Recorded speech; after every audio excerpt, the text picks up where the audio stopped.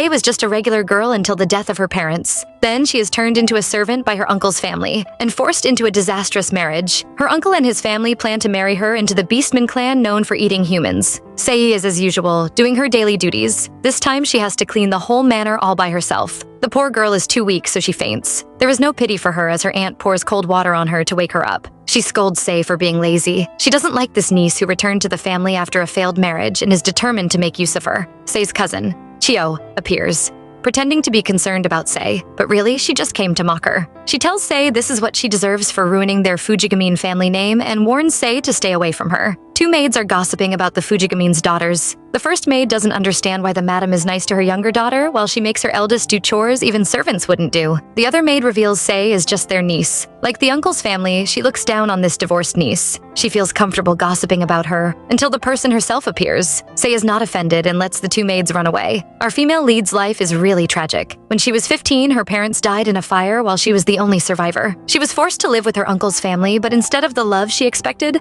all she got was hate and wickedness. Her uncle didn't waste time to let her know where she stands. He only took her in because she has their family name. His family worked her like a servant, insulted her, and reminded her daily that she was unwanted. By 16, they had already sold her off into a marriage for their own benefit. But that marriage didn't last long, and soon Sei is kicked out of the man's house. She tried to find a job, but no one wanted a maid as young as her. With no choice, she returns to her uncle's house, and the abuse continues. Sei endures it all because at least she has a place to stay. But all these chores are ruining her body, and even the skin on her hands is starting to peel off. Her only comfort in this world is Maru, her loyal old dog, the last gift from her parents. Sei stops feeling sad when her little friend comes rushing up to her. As long as she has Maru, Sei is okay. He is her only family, but Sei's nightmare isn't over. The wicked uncle and his family are having a meeting. Sei's cousin, Chio, learns the family plan. Her parents are eager to form a connection with the powerful Kamashiro family. They plan to marry her to the terrifying Beastmen, the rumored human eaters. Horrified, Chio pushes the marriage onto Sei instead, and her father agrees. Sei is heartbroken hearing this news. Everyone knows who the Kamashiros are. They are a beast clan full of white wolves who like to eat up anyone they dislike. The family head is even worse. He is a well-known criminal,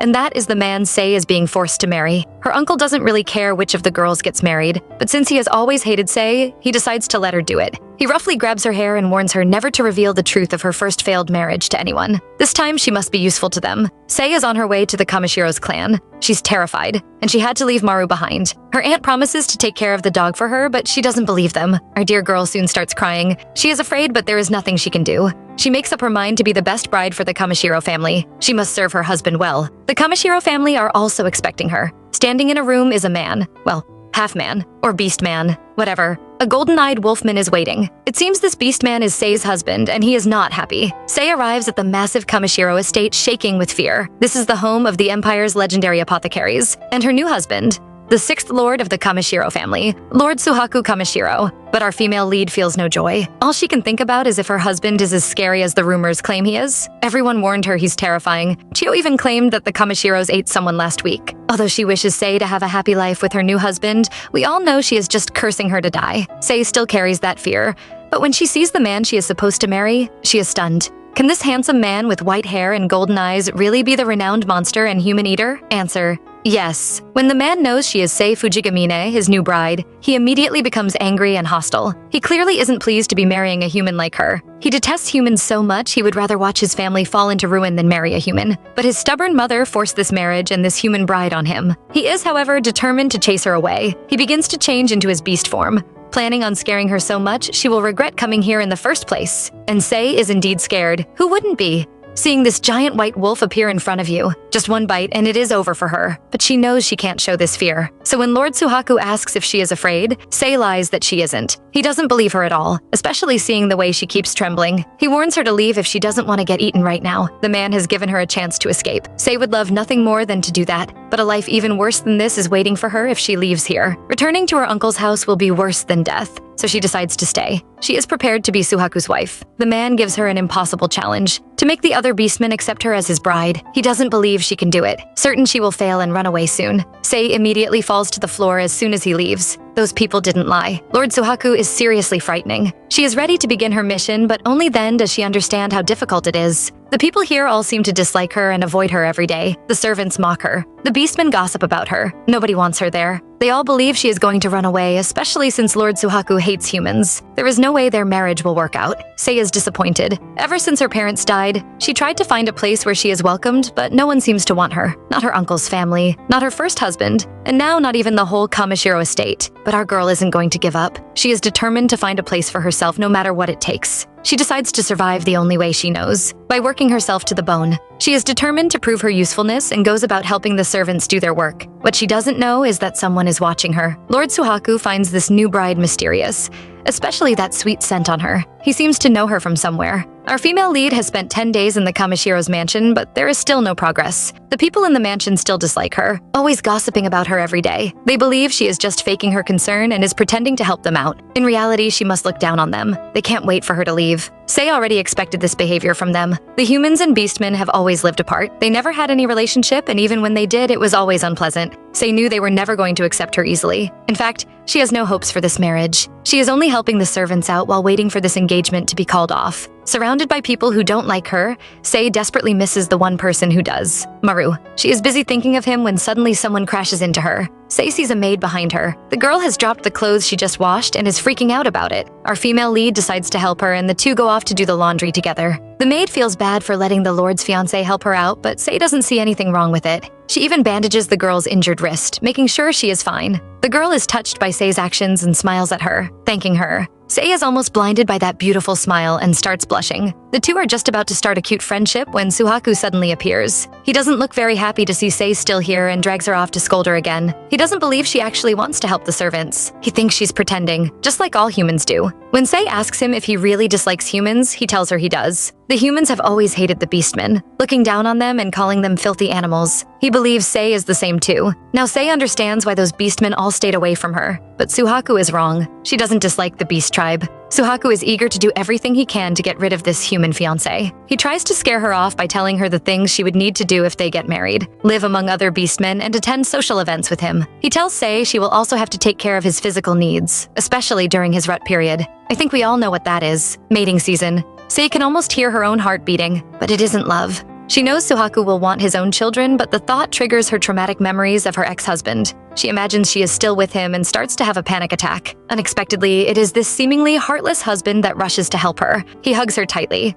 comforts her until she calms down, then he pushes her away. He tries to go back to his tough guy image, but we all know now that he is just a softie. Sei also feels this way. Held in his strong arms and hearing his voice, for the first time in years, Sei feels safe. Our female lead's past marriage was anything but pleasant. In fact, it was a nightmare. The man wasn't someone she loved, but a husband prepared by her uncle's family. Her uncle, eager to form connections, married her off to the only son of a kimono seller. Her ex-husband was good at pretending. In front of others, he was a cheerful person, which made everyone around jealous of her marriage. But in private, he was a beast. He would hit Sei, calling her nasty names, and would even chase her away sometimes. Just like all women beaters, he would apologize later, only to repeat it the next day. Our girl is just minding her business, washing her clothes when the rumors start up again. The nosy beastmen, while watching her, mock her efforts. They think she is useless. No matter what she does or how much she helps them, they would never trust a human like her. Hearing her fiancé's family call her useless just makes Sei determined to prove them wrong. She goes about helping with everything. Sewing, sweeping, cleaning, washing, just doing anything. Sei tells herself she needs to try harder, but she knows it might not work. If even her own future husband can't accept her, then it is impossible for his people to.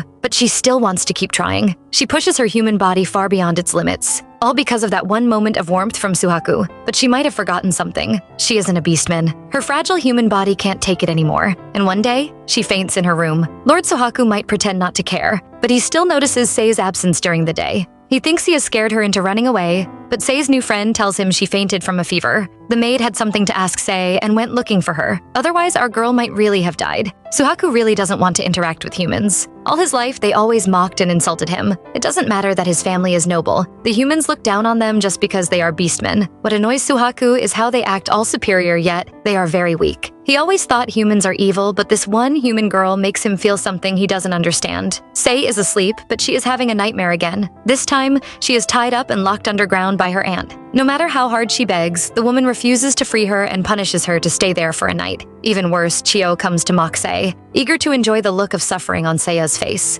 Next it is her uncle, who finds her an embarrassment for being divorced and returning home. He even wishes she was burned to death with her parents. Sei begs for mercy in her sleep, and then she feels someone beside her. Sei wakes up to see Lord Suaku sitting at her bedside. He is here to take care of his little fiancée. He checks her temperature and even feeds her the Kamashiro family's legendary medicine, something priceless and usually reserved for the highest elites. She can't believe she is eating such precious medicine. This drug is said to be able to heal any sickness in the world. Why would he give something so valuable to someone like her? Lord Suaku watches her sleep. He has noticed some things about his fiancée. She is far too thin, her ribs are visible, she cried in her dreams, and she even begged to die. This is not a spoiled noble girl. This is someone who has suffered deeply. Now Suaku is curious about her life. He thought she would be like those other spoiled women since her Fujigamine family is a wealthy one. But now it seems something terrible was really happening to her. Suaku feels bad because he knows how unwelcoming his people have been. He knows his female servants have always been suspicious of her. The little maid confirms everything. No matter what Sei does, the servants still insult her behind her back. Suaku realizes the truth. He caused all this. His hostility made everyone dislike her. He scared her on purpose and pushed her too hard, all because he doesn't want this marriage. Yet she still smiles at him. She speaks nicely to him and thanks him. No matter how cruel he is, she still stays. Why?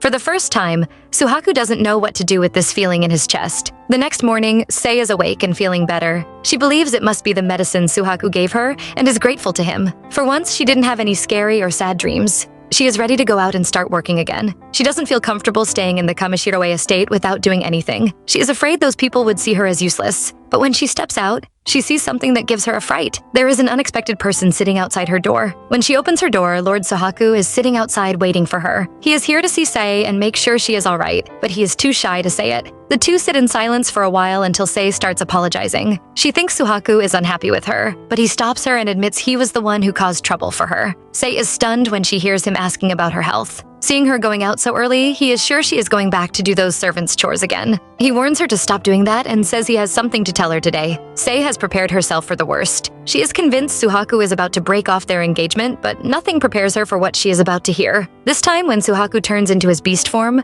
Sei is not at all scared. She knows the wolf isn't a monster. He is the one who stayed by her side, cared for her, and protected her when she was at her weakest. Sei has never received any love or care from others, even when sick. So what Suaku did is enough to gain her trust. Suaku finally says the words Sei never expected to hear. He tells her he doesn't trust humans, but he is willing to trust her. Suaku doesn't know what is wrong with him. At first, it was this woman's scent that drew him in. Her scent was familiar, but he is sure he has never met her before. Curious, he decided to watch her, but somehow fell for her innocent gaze. Now he is ready to give humans a chance. No one is more shocked and happy than Sei right now. Not only is Suaku finally calling her name, he is ready to trust her. But her happiness doesn't last long because she remembers her secret, the one her uncle forced her to hide, the truth about her first marriage. Sei doesn't want to deceive Suaku. If Suaku wants trust, she must tell him the truth. So our female lead goes ahead to tell Suaku she has already been married once. Sei is terrified just recalling her past marriage. She tries to explain but trembles so badly she can barely speak. Suaku gently stops her. He doesn't care why she divorced. He doesn't want her to force herself to relive the trauma. He only cares about her. The male lead understands why she was so scared before. He believes her failed marriage must be why she isn't close to her uncle's family. But what bothers him is the knowledge that there is another unmarried daughter in the Fujigamines' house. For them to send a divorced daughter out means the other daughter refused to marry a beastman. So Sei,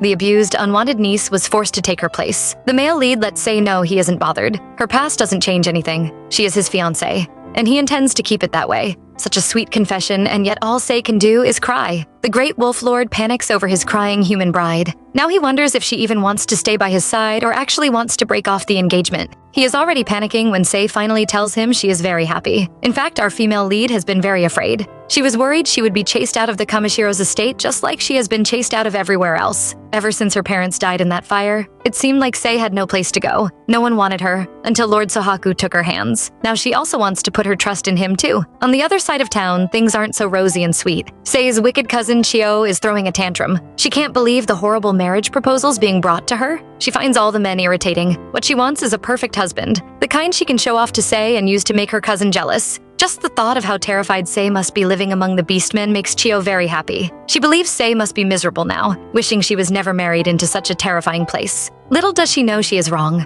For some reason, Chio keeps comparing herself to Sei. She believes she is young, super cute, and better than Sei. Therefore, she must find the perfect husband, so she can rub her marriage in Sei's face and make her feel more miserable. What a psychopath. But as they say, wishes never come true, especially not for someone as terrible as Chio. Chio returns home and receives a letter. For a moment, she thinks it is a rich, handsome admirer, only to discover it is from someone she considers beneath her. Irritated and bored without Sei to torment, she actually starts missing the terrified expression Sei always made. Her day takes a turn when Sei's dog suddenly barks at her. Disgusted and hating anything connected to Sei, Chio plots to get rid of the dog, but her mother refuses. She wants to keep the dog alive so she can use it as an excuse to squeeze more money from the Kamashiro family. Angry, Chio goes to complain to her father, but he snaps at her for bothering him with something so meaningless. Just then, an assistant arrives with a letter from the Kamashiro estate. Convinced it must be a letter to cancel the engagement, Chio tries to snatch it, only for her father to slam the table and order her out. She leaves, feeling extremely wronged. She has always been her parents' priority, but now everything is about Sei and her marriage. Chio is consumed with jealousy and hatred. In her mind, Sei has stolen her parents, and for that, she vows never to forgive her. Meanwhile, Sei remains blissfully unaware that a target is being placed on her back. She still believes she must be dreaming now that Suaku has accepted her as his fiancée. She is determined to become the perfect wife for him. Sei receives a visit from the little maid she once helped. The girl is here to check on Sei and see if she is better.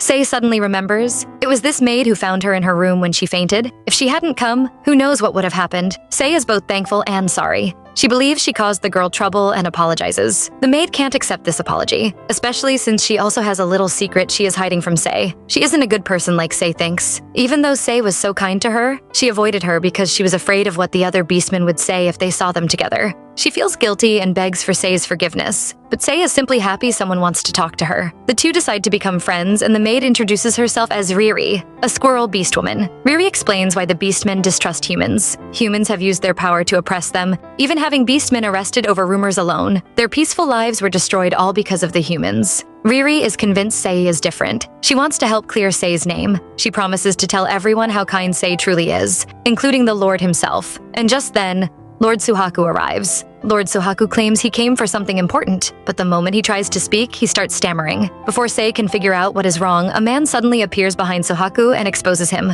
Suaku doesn't have anything important to say. He came simply because he wanted to see Sei. Suaku is annoyed. His feelings are exposed this easily, but he still tries to pretend he isn't shy. The man points out how nervous he is. The two start arguing, and if I didn't know better, I would think they are a couple. The newcomer is Suhaku's aide, Tadamasa. He still can't believe Suaku finally agreed to having a human as his bride. Tadamasa then turns to Sei, telling her she can stop pretending now. She no longer needs to do servant work or act humble. She can flaunt her new status as Suhaku's wife-to-be in front of those female servants who insulted her. Everyone is shocked to hear Tadamasa speak like this, but Sei refuses. She never planned to flaunt in front of those servants. She is the only human among beastmen. If she did that, she would never gain their trust. She knows she must gain the beastmen's trust slowly and respectfully. Sei is determined to do her best and eventually get them to accept her as Suhaku's fiancée. Everyone is shocked by her maturity, but they are also pleased to hear this, especially Tadamasa, who ends up flustered for the first time. He apologizes for saying such things, but Sei doesn't get angry because he is telling the truth. Plus, she believes the man is trying to help her out. Tadamasa is stunned to see her smiling and doesn't understand why she isn't angry with him. He looks so confused, Lord Suaku can't hold it anymore. He actually bursts into laughter.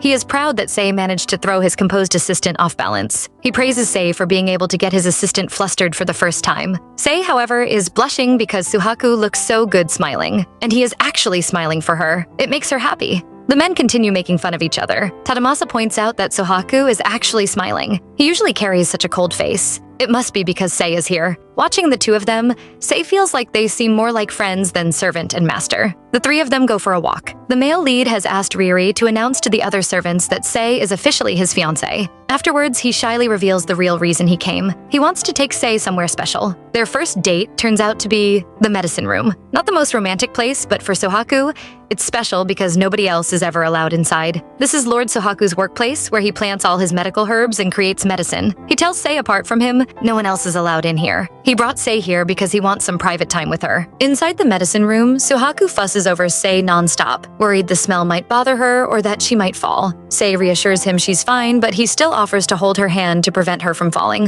Suaku wants to know if Sei has ever seen a beastman actually eat a human. Sei realizes the truth. She has only ever heard rumors from different people. She has never actually seen it happen. Suaku tells her a secret. The taste of human blood is like drugs to the beastmen. Once they taste it, they can never forget the taste or stop craving it. However, the only beastmen who eat people are those who have tasted human blood. But this issue has caused a lot of problems between the beastmen and the human race. The humans believe all beastmen eat people, but it isn't true. Some of the beastmen clan, like the Kamashiros, hate human eaters. Suaku promises Sae she is safe. He has never eaten a human before and never has anyone in his family. He promises to protect Sae. Moved, Sae confesses that she's no longer afraid because she now has him by her side. The words make Suaku so shy, he almost kicks her out just to hide his red face. He rushes to find some work to do to hide his nervousness. Sei isn't ready to go, however, and offers to help him do some work. They begin planting herbs and mixing medicines together. Sei is happy he didn't refuse her. She watches Lord Suhaku make medicine and admires him even more. The Beastman's medicine is known to be super good.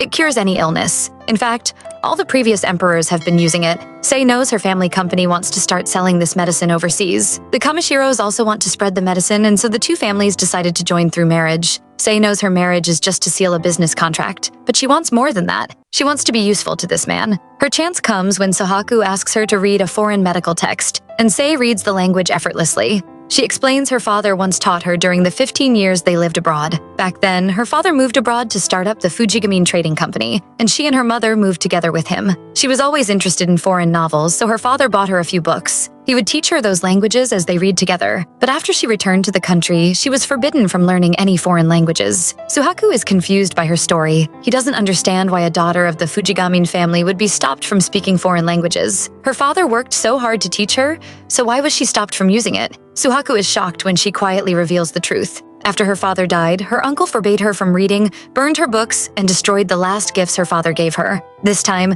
Suhaku can no longer hide how angry he is. He knew something must have happened to make her wish she was dead, but he never expected it to be so bad, and for such horrible treatment to come from her own family. Suhaku feels bad for making Sei remember such bad memories. Sei doesn't blame him nor her uncle, even though her uncle has always hated her father and also hates her too. She is grateful to him for taking her in. Just as Sei wishes, she can finally help Suhaku. He wants her to translate the medical text for him. Sei is beginning to doubt herself now. She doesn't feel she is good enough and asks him to find an expert, but Suhaku refuses. He wants Sei to do the job and reminds her of all the efforts her father put into training her. He advises her not to disappoint her father. Sei knows he is right. She remembers all the times her father praised her and is ready to make him proud. She also wants to do this for Suhaku. He could have found an expert, but he chose her to do it. She must repay his trust. Sei is beginning to regret praying so hard now. She is staying up late at night trying to translate the book. She wants to be useful to Lord Suhaku, but right now she can barely read anything in this text. It has been so long since she read a foreign text, and this book is full of difficult medical terms. But still, Sei is happy to do it. She finally gets to read the foreign text she loves and be useful to her new husband. Meanwhile, Suhaku is far from calm.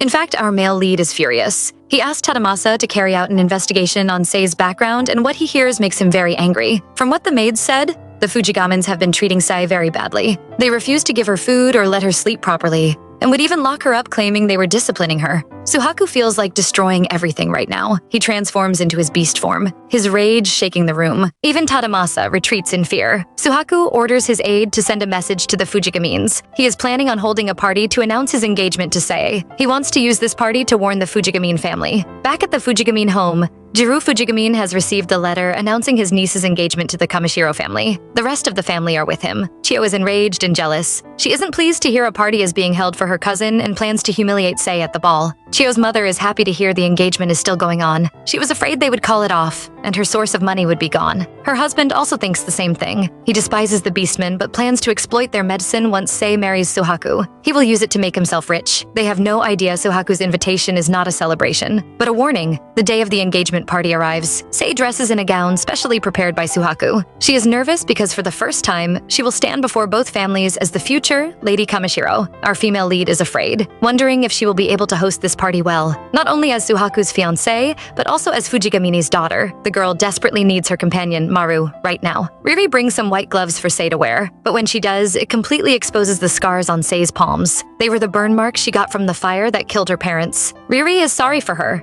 and they decide to stick to her normal black gloves. Riri starts doing Sei's hair. She and all the other Kamashiro estate maids will attend the party as servers. She earnestly wishes to see both Sei and Suaku happy. Sei is grateful for her friend. Riri might not know, but just seeing her smile is enough to encourage Sei. The couple meets up outside to head to the party. When Suaku sees Sei, he freezes. Blushing, stammering, completely undone, he can't believe how beautiful she looks. Sei feels the same. He's so handsome it leaves her breathless. Now she is afraid to stand next to him because he is so beautiful. Suaku tells her not to be scared because he is going to be by her side. They head into the grand ballroom together. Meanwhile, Chio arrives with her fiancé, Kiyoshi Kaneko, intending to show him off to Sae. She is prepared to laugh at Sae, but is stunned by how beautiful the hall and the Kamashiro's estate are. It is worse when the fiancé she brought also starts praising her sister. Chio is about to show her ugly side, but she still needs to use him to make Sae jealous. Her fiancé is Kiyoshi Kaneko, the heir to a large trading company. Chio believes he must be better than Sei's beast fiancé, but reality proves her wrong. Her great fiancé tells her he cannot even afford to have such a grand party for her.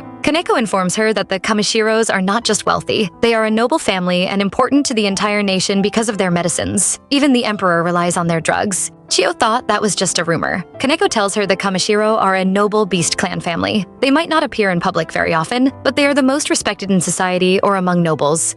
They are a very powerful family. Chio is starting to feel regret. The only way she can cope is by convincing herself that Sei's fiancé is just some ugly beast man with a horrible personality. His medicine must be the only good thing about him, but she is about to be slapped in the face. Our couple arrives and the whole crowd starts talking about them. They keep praising the two for being a good match. Chio also looks back and is shocked to see the handsome Suaku. She cannot believe this handsome man was the one she was supposed to marry, and she gave him to Sei. Chio can't believe she just gave such an opportunity away to Sei. Not only is this man rich, but he is also handsome. Suddenly, she doesn't find the fiancé she brought so attractive anymore. Even in wealth, he can't compare to the Kamashiro's family or Lord Suaku. She feels disgusted and embarrassed to be seen with him and immediately walks away, leaving him behind. Chio isn't the only one shocked. Her mother is also surprised to see how wealthy the Kamashiros actually are. She too feels some regret. She should have forced her daughter to marry the beastman. She blames her husband for not telling her about this. All he cares about is his business. She is thinking about how to fix this mess. Well, she and her daughter definitely share the same brain. Chio is here to find her mother, and she has a suggestion for her. Our couple is greeting everyone and having fun when Tadamasa suddenly shows up. He has bad news for Suaku. There is a suspicious person walking around their mansion. He didn't manage to catch the person because they left as soon as they noticed him. Suaku tells him to keep guard. Another bad news, or rather, a bad person is here again. It is Jiro Fujigamine, Sei's uncle. This is the first time the two men have met in person. Suaku is still polite, apologizing for not coming to see the man sooner. However, Jiro isn't so polite and calls Sei useless right in front of her fiancé. Marriages like theirs between humans and beastmen are extremely rare, especially those from noble families. Jiro feels bad for giving Suaku such a useless girl in exchange. He tells Suaku that all he needs to do is train her well after marriage. Our male lead is furious and wants to speak to her uncle alone. The two head to the study to talk. Jiro hasn't seen Suhaku's mother at the engagement. Suaku reveals she is sick and is resting somewhere far away. After the death of his father, his mother has always been worried about the Kamashiro family, afraid it would go to ruin. She always believed it was important for humans and beastmen to coexist, which was why she arranged a marriage between the Kamashiro and Fujigamine families. She believes it would create a wonderful future for them. It is such a touching story that all Jiro can do is laugh in his head. He never considered partnering with the Kamashiros. To him, Suaku might be the family head, but he is still just a young, ignorant boy. Since his family will be the one selling the medicine, he can already imagine how much money he can steal just by falsifying the accounts. He really likes the beastmen now. They're so ignorant. They have no idea they are about to feed him, but unfortunately, his grand plans of thievery are all wasted. Suaku has no plans of feeding this ingrate. He already caught news that someone was selling bad medicine to people some years ago, and lying it was the beastman's medicine. He suspects it was the Fujigamines family. Seeing Jiru's nervous face, Suaku is sure of his thoughts. He asked Tadamasa to investigate the Fujigamine family, and found out they were the ones most likely to have been selling that medicine years ago. Suaku didn't manage to gather enough evidence to convict the man. The dealings were mostly done in secret between noble families, but now he is extremely cautious. If Jiro could do that years ago, then he might also abuse their family's medicine as well. He can't allow them to continue. Jiro is wondering if someone has already exposed him, but he refuses to confess and is determined to pretend he knows nothing. He tells Suaku this is the first time he has heard such news. Suaku doesn't argue with him. He only has one thing to tell him. From now on, the Kamashiro family will closely monitor the Fujigamine family's sales of their medicine. Suaku is determined not to let such a thing happen again. They shake hands to seal the deal, but each man has his own thoughts. Jiro is annoyed, but he plans to play along for now. Suaku, on the other hand, is planning to use this opportunity to keep his medicine safe and and also protect his fiancée from her old family. Sei has no idea what the two are talking about. She just feels cold remembering how her uncle looked at her like she wasn't even human. It really scared her. But even worse is about to come. Chio and her mother are here. The two witches have made their way here to torment Sei once again. As soon as our female lead sees the mother and daughter, she knows bad things are about to happen. But she still has to greet them. When she asks about her dog, her aunt pretends not to know. Seeing Sei so worried, she tells her there is another option. She comes back home to take care of the dog herself. When our girl doesn't understand, the aunt tells her she should just come back home, because she isn't going to be Lord Suhaku's fiancé anymore. Chio is very jealous. Seeing Sei's shocked face, she reminds Sei that she was the one who gave her the opportunity.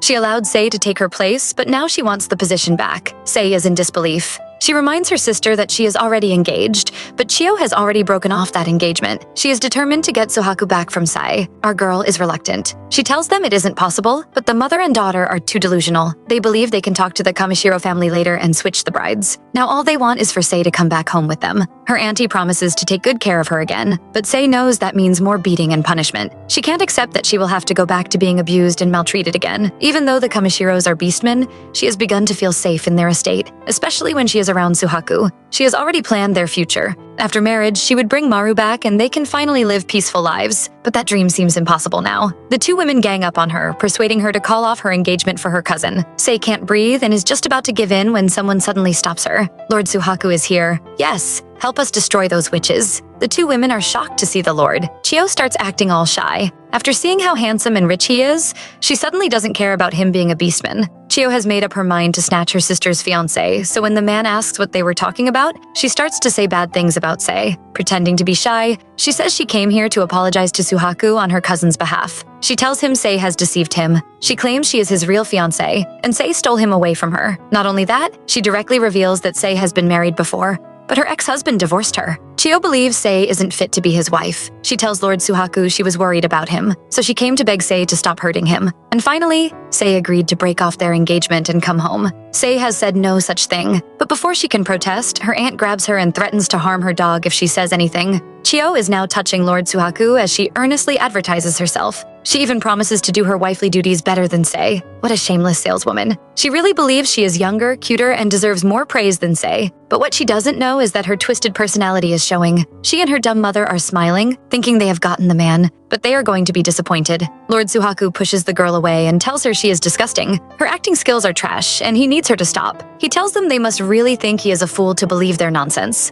Lord Suhaku completely disgraces the mother and daughter. He tells them he is fully aware that Sei has been married before. And in fact, she told him herself. He wants Chio to stop talking about it like it is a big sin because it doesn't really matter to him. This doesn't make the girl stop. She is so determined to ruin Sei's engagement that she plans to reveal the biggest secret their whole family has been hiding. The truth about why Sei's husband divorced her. The truth is that Chio can't have children. Chio is happy, especially when she sees Sei so scared now. She calls her cousin useless and barren. Even after 5 years, she has never had a child for her husband. Those words trigger Sei's memories. She will never forget the beatings, the insults she had to bear just because she couldn't have children. Her husband would say she was causing him and his parents trouble, but no one ever thought about her position. Every time he would forcefully sleep with her, but it never worked. Sei remembers those things now, and she can hardly breathe. Chio is happy to see her like this. She proudly tells Suhaku how Sei's ex-husband cheated and then got another woman pregnant. After that, he finally divorced Sei. Our girl can't take it anymore. She begs her cousin to stop. She remembers how proud her husband had been to show off that woman's pregnancy.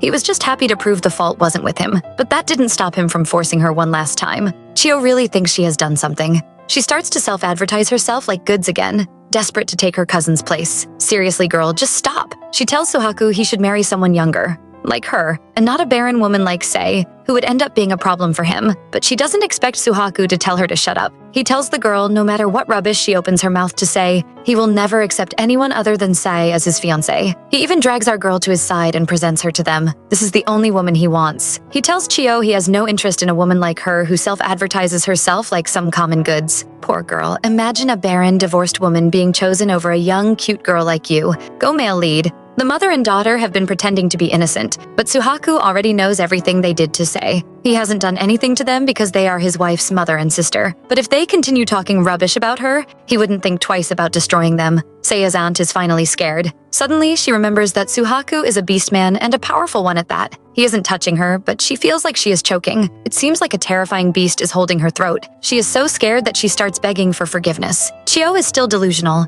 asking why they should beg for their forgiveness. She keeps talking, saying the Lord will be unhappy to marry her sister. But this time, even her mother doesn't support her. She tells her to shut up and also apologize. No matter how unwilling the girl is, she still has to obey her mother. And so she apologizes to our female lead. Sei looks at the two women and remembers a time when everything was good. Back when her parents were alive, her uncle would bring his family over. Little Chio would hug her, always calling her big sister. The two sisters were affectionate. Sei really thought they had a good relationship, but it was after her parents died that she found out her uncle's family actually disliked them. Looking at the two women now, Sei wonders where it all went wrong. How did they turn out like this? Sei's aunt is afraid Suaku might mention this incident to her husband. Turns out Jiru wasn't aware of their foolish plan. Suaku doesn't want anything to ruin the engagement party he prepared for Sei, so he promises not to say anything. But that doesn't mean he has forgiven them. They leave the mother and daughter behind. Once they are gone, Sei immediately bows down and starts begging for Suhaku's forgiveness. She really didn't mean to hide the truth about her last marriage and how she couldn't have children. Sei is expecting his anger, but what she gets is a long and warm hug.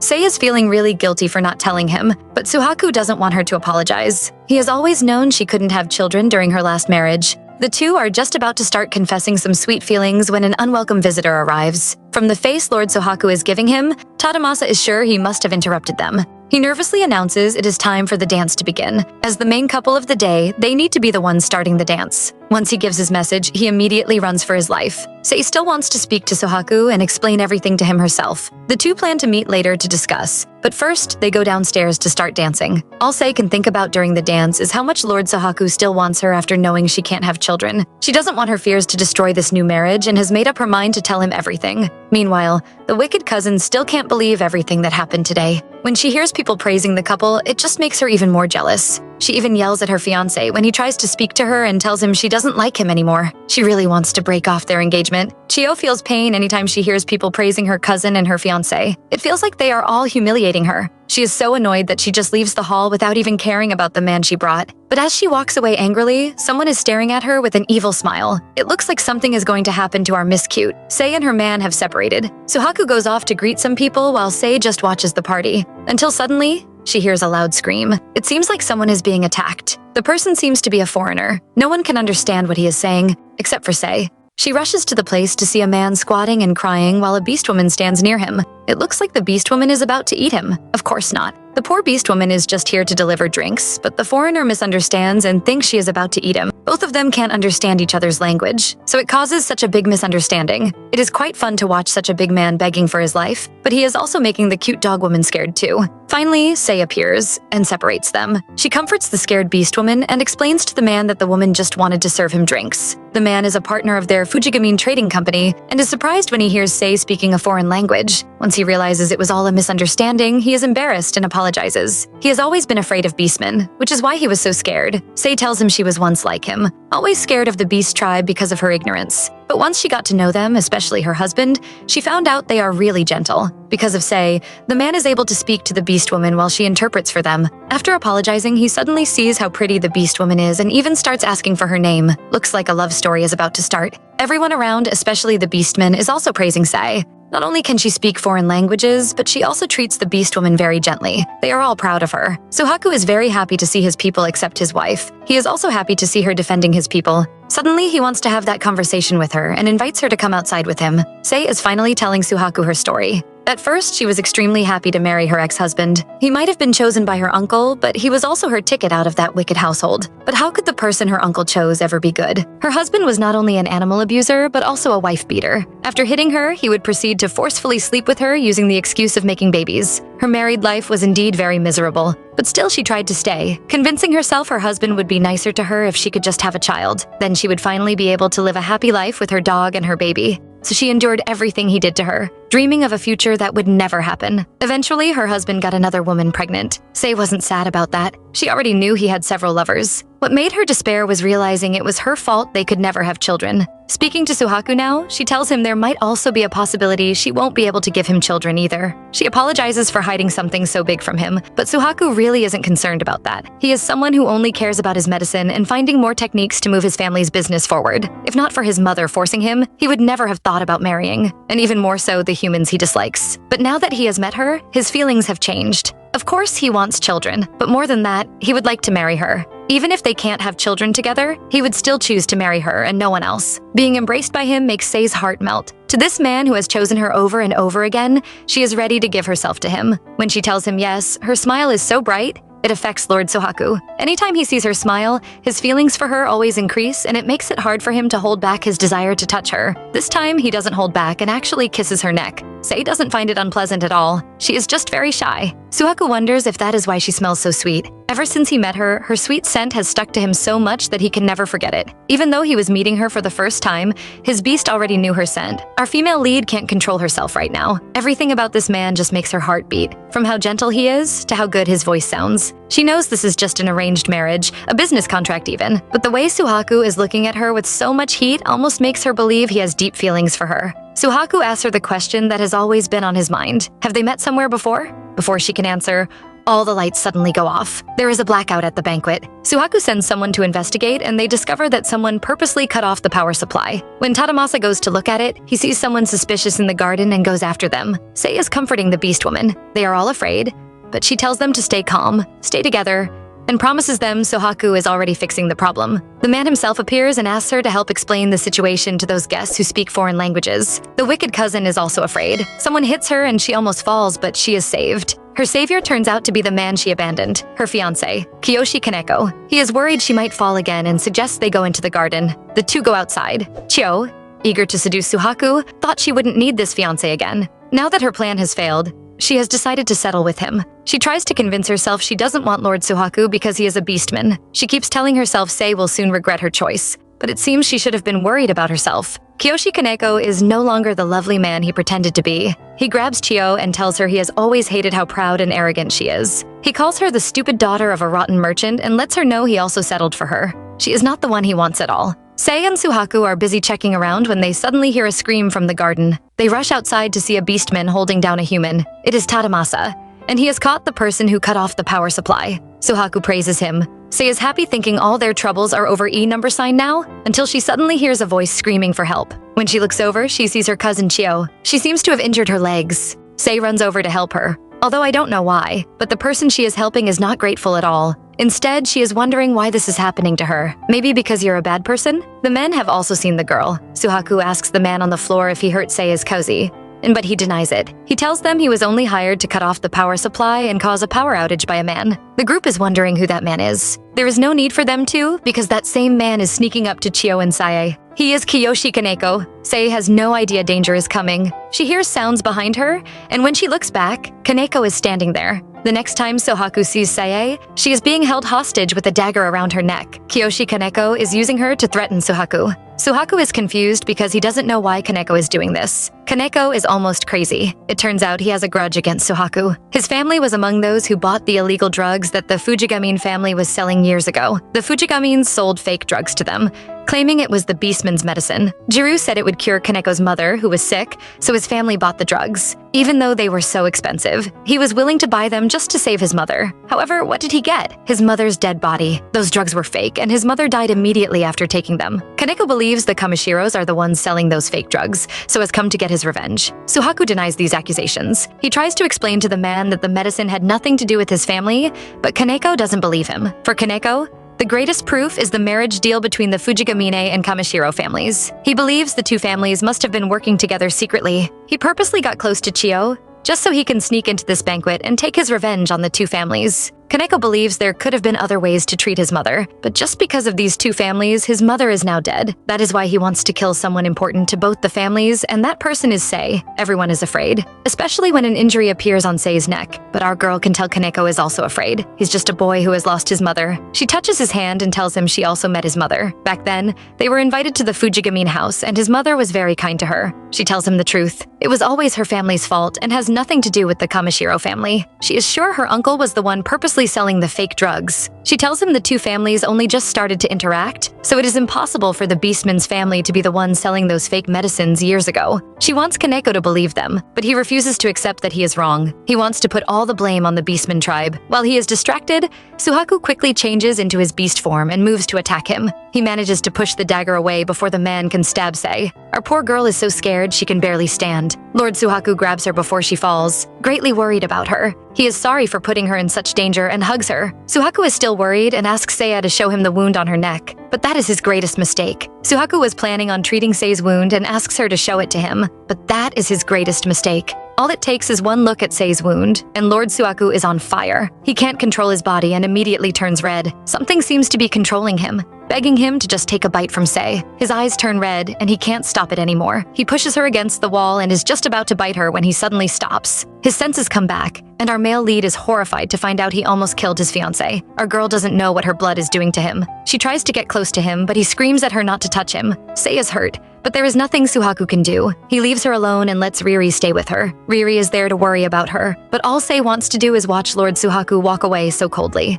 The engagement party ends peacefully, but what follows is a storm. Kaneko is not the only person in trouble. He was arrested for attempted murder, but after the accusations about selling fake drugs, the Fujigamines are also going to be investigated. Sei's auntie is freaking out, afraid the military is going to find out everything they have been doing. If that happens, all the nobles who sold those fake drugs to them are going to come looking for them, asking for compensation.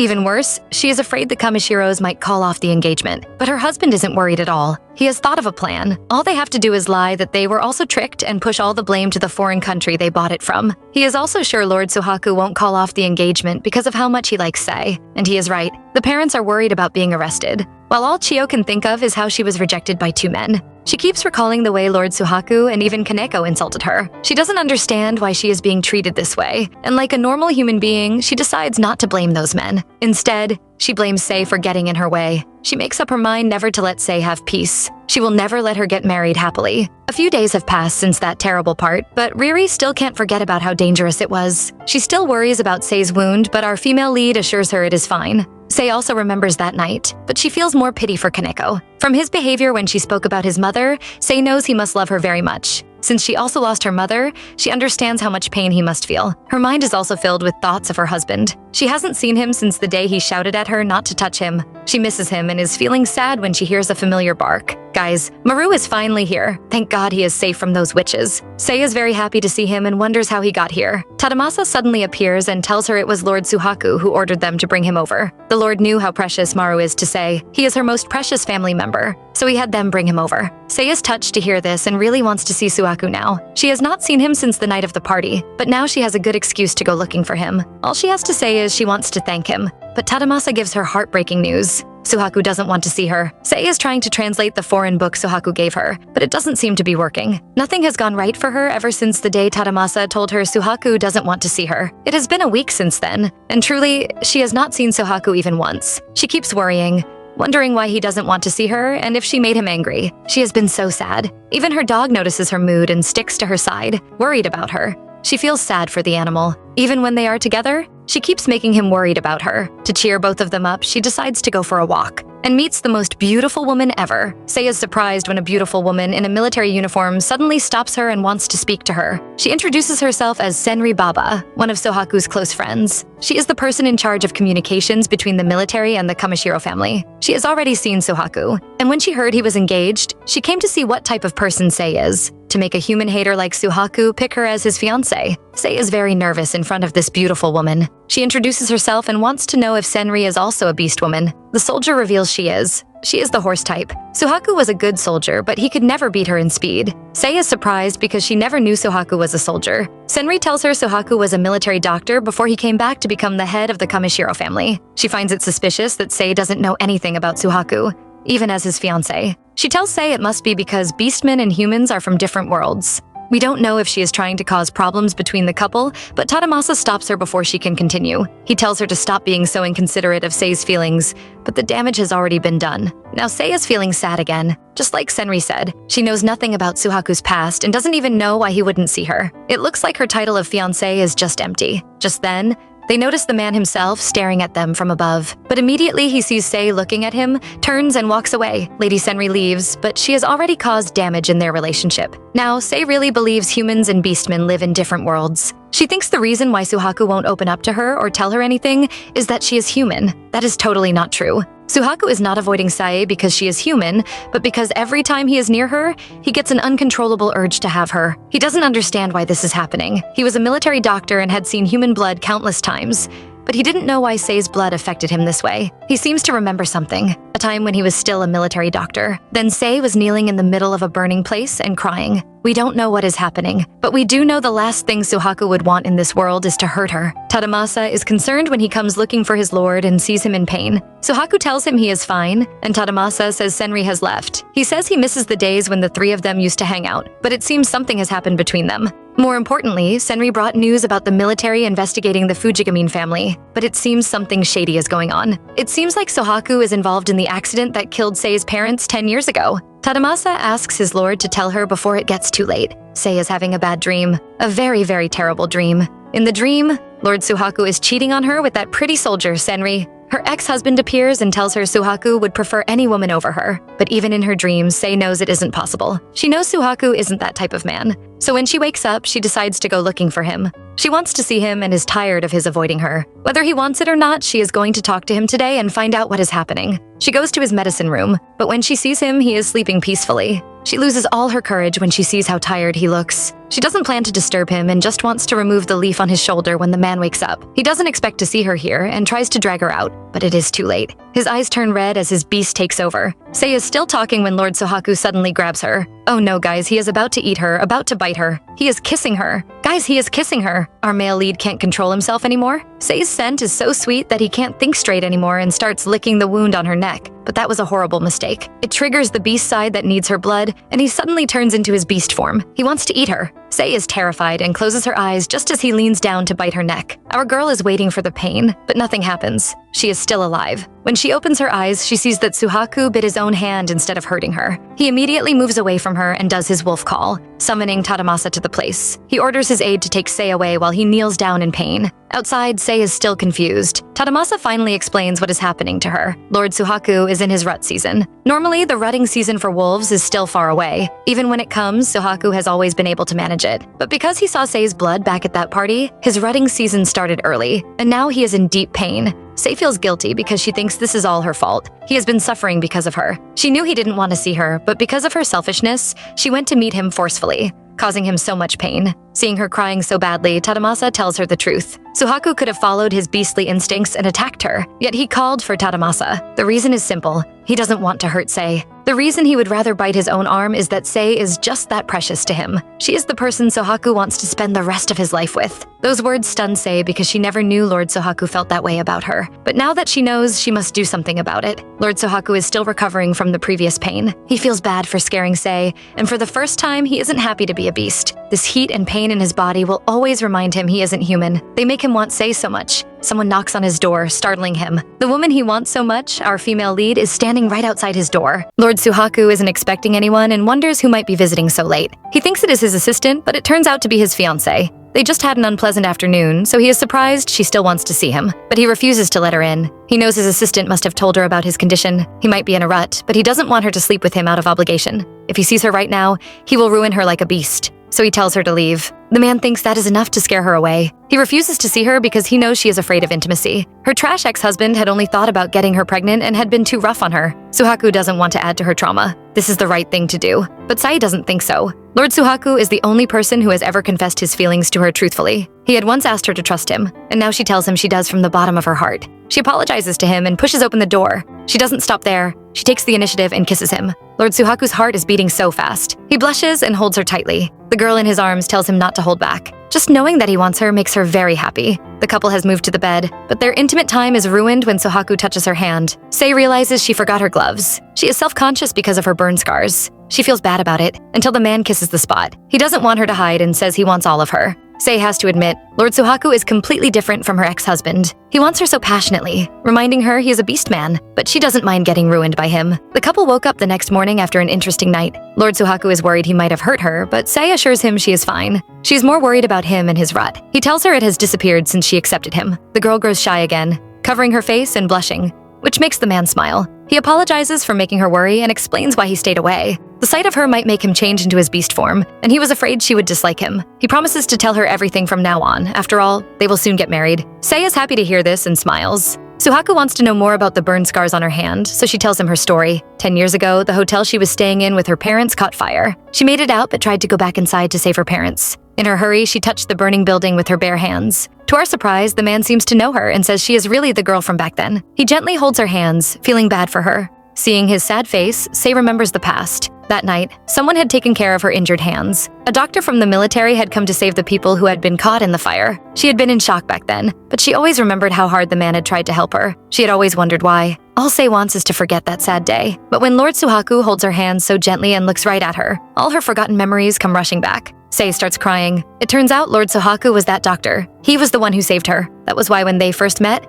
Suaku thought her scent was familiar. The couple hug each other happily. Things are changing for our female lead. She has not only grown closer to her fiancé, Lord Suaku, but his people are also beginning to accept her. It might be a small change, but Sei really cherishes these moments, just like now. She is finally done translating Lord Suhaku's foreign book and brings it over to him to read. He happily accepts it, and the two spend some sweet time together. Meanwhile, Sei's wicked uncle is having a meltdown. He has just lost another client, and he blames it all on Kaneko, the man who tried to kill Sei. But he won't let these things bother him. As long as Sei marries Lord Suhaku, everything will be fine. Unfortunately, his daughter Chio hears this and isn't happy. In her twisted mind, her father has abandoned her and chosen Sei. Since they don't care about her anymore, she is going to destroy Sei's marriage. Sei's ex-husband, Shuichi, is being a nuisance. He scolds his new wife, yelling at her to get out of bed and help with the work. The lady is pregnant and reminds him that the doctor asked her to stay in bed. He thinks she is challenging him and yells at her, scaring their little daughter. Shuichi walks away, muttering about how lazy pregnant women are. A servant stops him and announces he has a female visitor. Shuichi doesn't ask who she is.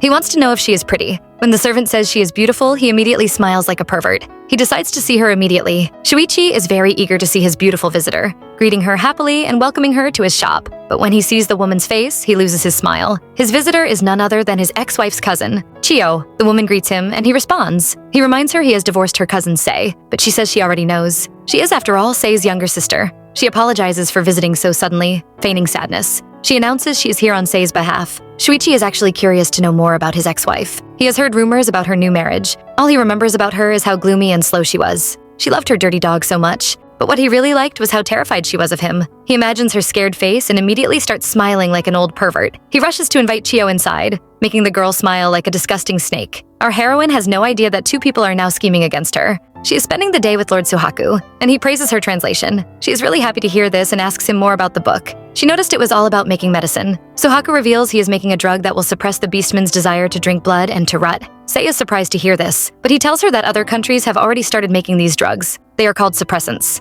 If the beastmen want to live peacefully among the humans, they absolutely need these drugs. Now, Sei understands why he bought the foreign book. In her mind, all she can think about is how amazing her fiancé is. He is working so hard to create a society where the beastmen wouldn't be discriminated against. He is too hardworking, so she decides to do her best to support him. A sweet moment suddenly occurs. The two are picking herbs when suddenly their hands touch. Sei looks away as her heart begins to beat faster. Lord Suhaku is sorry and wants to apologize.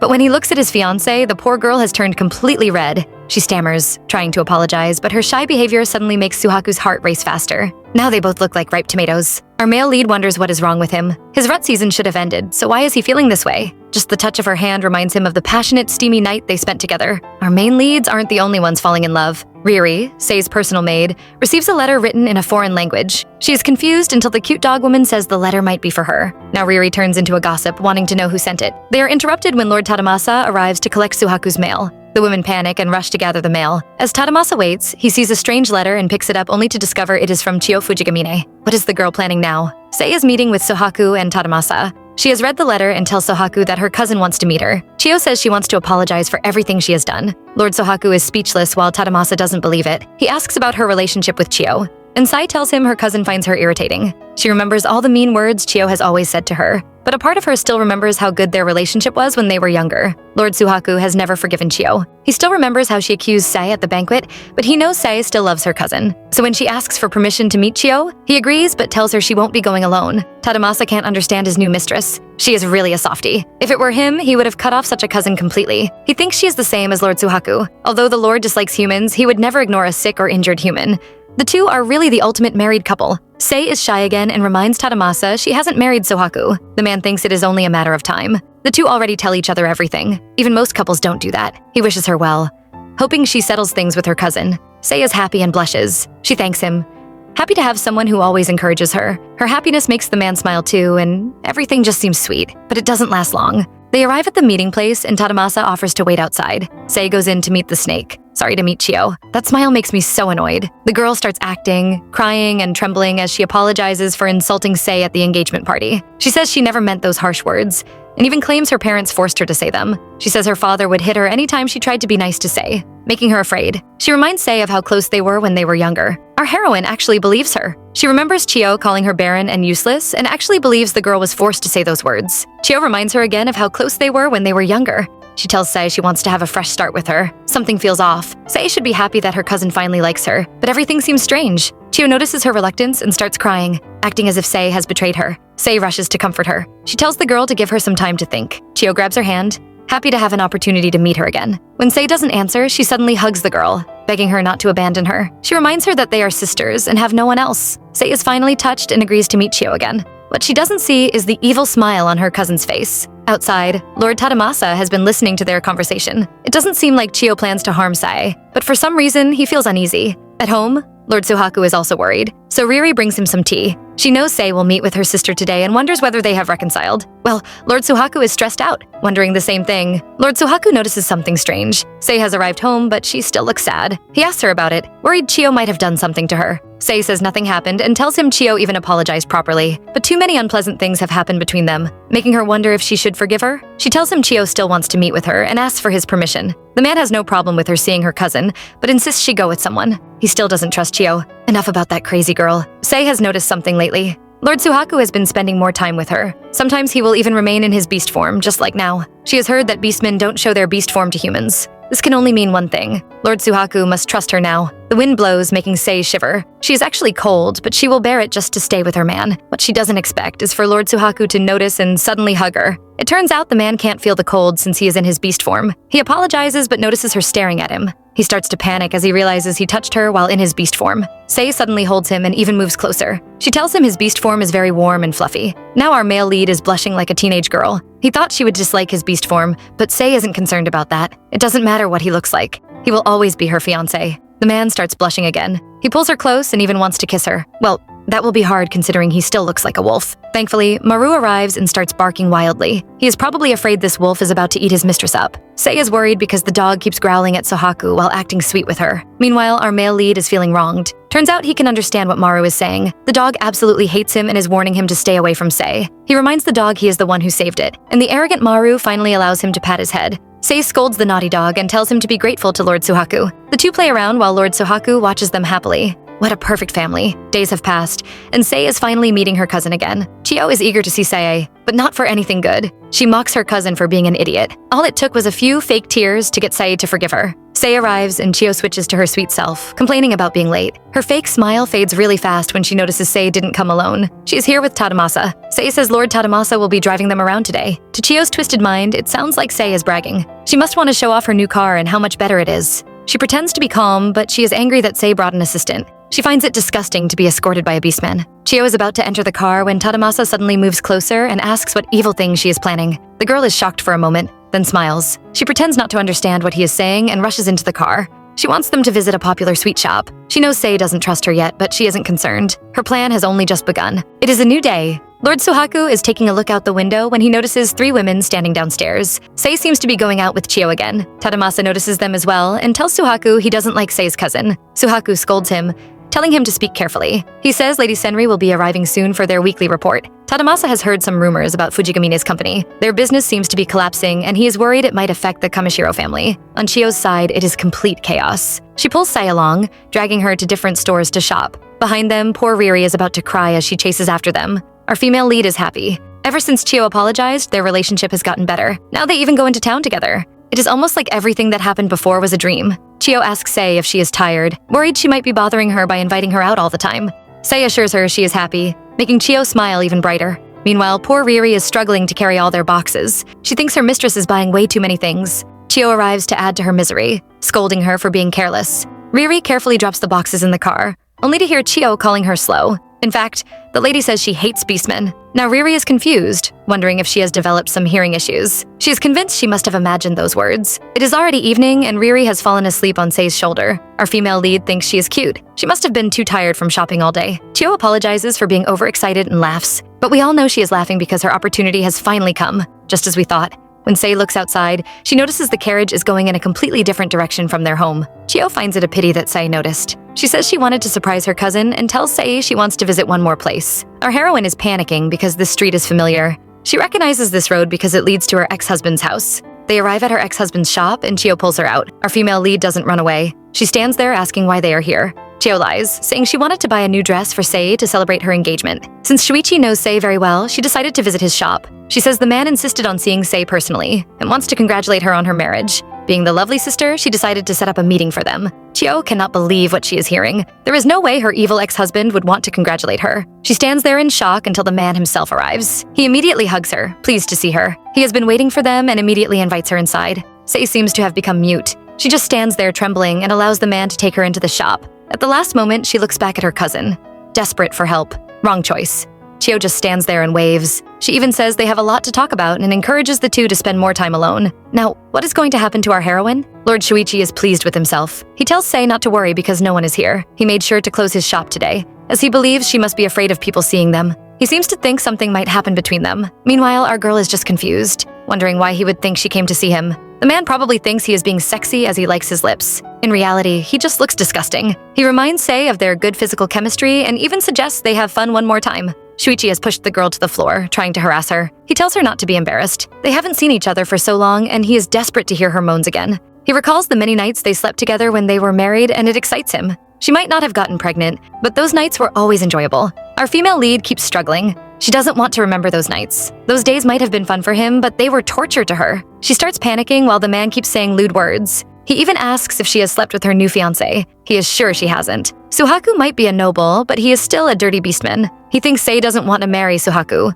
which is why she came to see him. Sei finally gets angry. All Shuichi does is twist the truth to fit his narrative. He did it before and is doing it now. He acts like he wasn't the same man who beat her many times. Shuichi doesn't want to talk about her beastman fiancé anymore. He tries to touch her, but Sei slaps his hands away. She warns him to stay away from her. She has no problems marrying Lord Suaku. He even makes her happy. Instead, it is Shuichi's touch that disgusts her. The man is furious and starts shaking her. He thinks she is playing around with him. After all, she was the one who requested to see him. Sei is confused because she never made that request. Because she can't explain, the man becomes violent. Just like he did in the past, he tries to hit her, but our Sei has changed. This time, she fights back. She suddenly grabs a weapon and throws it at his face. While the man is still in shock, she runs out of the shop. Chio sees her cousin coming out so quickly and is disappointed. But it doesn't really matter because her plan has already worked. She allows the carriage to leave, but in a corner where no one can see, two women are watching them. They have witnessed the whole incident. Lord Suaku has been waiting for his fiancée to arrive home. He rushes to meet her, but immediately notices something is wrong. Even Riri looks worried. When he tries to touch her, Sei moves away. He grows suspicious and asks whether anything happened while she was out. Sei begins to panic. Is she going to tell him the truth? Lord Suaku is suspicious. He is sure something went wrong. Sei remembers everything that happened and how her ex-husband tried to harass her. It makes her even more nervous. Her behavior is too suspicious, and Lord Suaku can tell something is wrong. He believes Chio must have done something to her again. Sei disappoints everyone when she decides to hide what happened from Suaku. She lies to him, saying they just visited too many places. Lord Suaku asks again because she looks too pale, yet Sei keeps lying. She claims she is just tired from riding around in the carriage. After hearing that the maids will bring her food up to her, she thanks Suaku and wishes him goodnight. She is clearly chasing him away. Although she smiles at him, it looks very fake. And the man notices it. He is clearly unhappy as he leaves. Once he is gone, Riri starts questioning Sei. She also suspects that something has happened. She tells Sei she can confide in her. However, Sei refuses to. She can't forget what happened. After she escaped from Shuichi, she questioned Chio about what happened. The man seemed to believe she came to see him, but Chio denied ever saying that. She claimed the man tricked her and started crying, blaming herself. Still, she didn't forget to ask Sei if anything happened between her and Shuichi. That was when Riri woke up. The maid knew nothing about what happened and just apologized for falling asleep. Sei refused to say anything after that. She doesn't want anyone to know what happened, but it is too late. Days have passed, but the city is already full of rumors. When Lord Suaku goes to a beastman meeting, they ask him about his engagement to Sei. Our male lead is ignorant and tells them he is planning for his wedding. The other beastmen remind him of the rumors about Fujigamine's company, but Suaku doesn't care. He even plans to take responsibility for them. The other men don't support him and even advise him to call off his engagement. One man even tries to warn him about his fiancée, but the rest stop him. Now Suaku is worried, wondering if something has happened to Sei. The other men see how ignorant he looks and decide to tell him about the rumors spreading around town. The nasty rumors have reached the Kamashiro's estate. A group of maids surround a confused Riri and ask her if the rumors are true. Everyone is saying Lady Sei had an affair with her ex-husband. Riri defends her mistress, but the other maids tell her there are witnesses. People saw Sei entering and leaving her ex-husband's home. The rumors have spread all over the city. Meanwhile, Chio is having the time of her life. She is at the Fujigamine home listening to some music. She has never been happier. She doesn't regret paying those servants to spread the rumors. She imagines how angry her father would be when he hears the rumors. This is enough to destroy the marriage between Sai and Suaku. The girl smiles because she can't wait for her cousin to be thrown out again. Just the thought of it makes her laugh happily. The maids at the Kamashiro house are busy cleaning. They all notice their new mistress hasn't left her room all day. Riri is worried, but the rest of the maids gossip. They believe Sei must be feeling guilty. She must have really slept with her ex-husband, which is why she is feeling ashamed. Riri is so angry she starts yelling at them. She tells them Sei isn't that kind of person and blames them for avoiding her just because she is human. She tells them how special Sei is. Her beast form is a squirrel, which makes the humans and even beastmen look down on her. Only Sei has been kind to her. The other maids finally look guilty. Riri promises them the rumor isn't true and plans to enter the town to investigate. The dog woman stops her and tells her to calm down. Lord Suaku and Sei have to settle these issues themselves. She advises Riri to wait until Lord Suaku returns from his business trip tomorrow. Then Riri will know if Sei is worthy of her trust. Our heroine is still hiding in her room. Everything has been ruined, and she somehow believes it is her fault. She blames herself for not refusing her ex-husband properly. She lied to Lord Suaku, saying nothing had happened. Yet, she has been hiding in her room since then. She thinks she is a horrible person. She starts to cry until she hears Maru bark. It turns out Lord Suaku is back. Sei is surprised to see him since he was supposed to return tomorrow morning. Suaku says he came back early to talk to her. Sei realizes he already knows. She finally tells him the truth and says she really spent time alone with her ex-husband. She apologizes for lying to him that day, saying nothing had happened. But the man isn't bothered by that. He holds her hand and tells her he trusts her. He wants her to tell him everything that happened that day. Sei finally says the truth. When she tells Suaku how her ex-husband tried to push her down and harass her, the man is furious. She assures him that nothing happened because she managed to escape. Lord Suaku still looks angry, and Sei thinks it is her fault. He stops her from apologizing and reveals he isn't angry at her. He is more annoyed with her ex-husband, who tried to touch her without her permission. His anger turns to guilt when he remembers how he tried to touch her once in the medicine room. He apologizes, but Sei doesn't mind and even hugs him. She blushes as she reveals she didn't dislike his touch. Her relationship with him is completely different from her ex-husband's. She remembers that nasty man and gets scared again. She moves away, but Lord Suaku suddenly pulls her close. He tells her he wants to spend the night with her.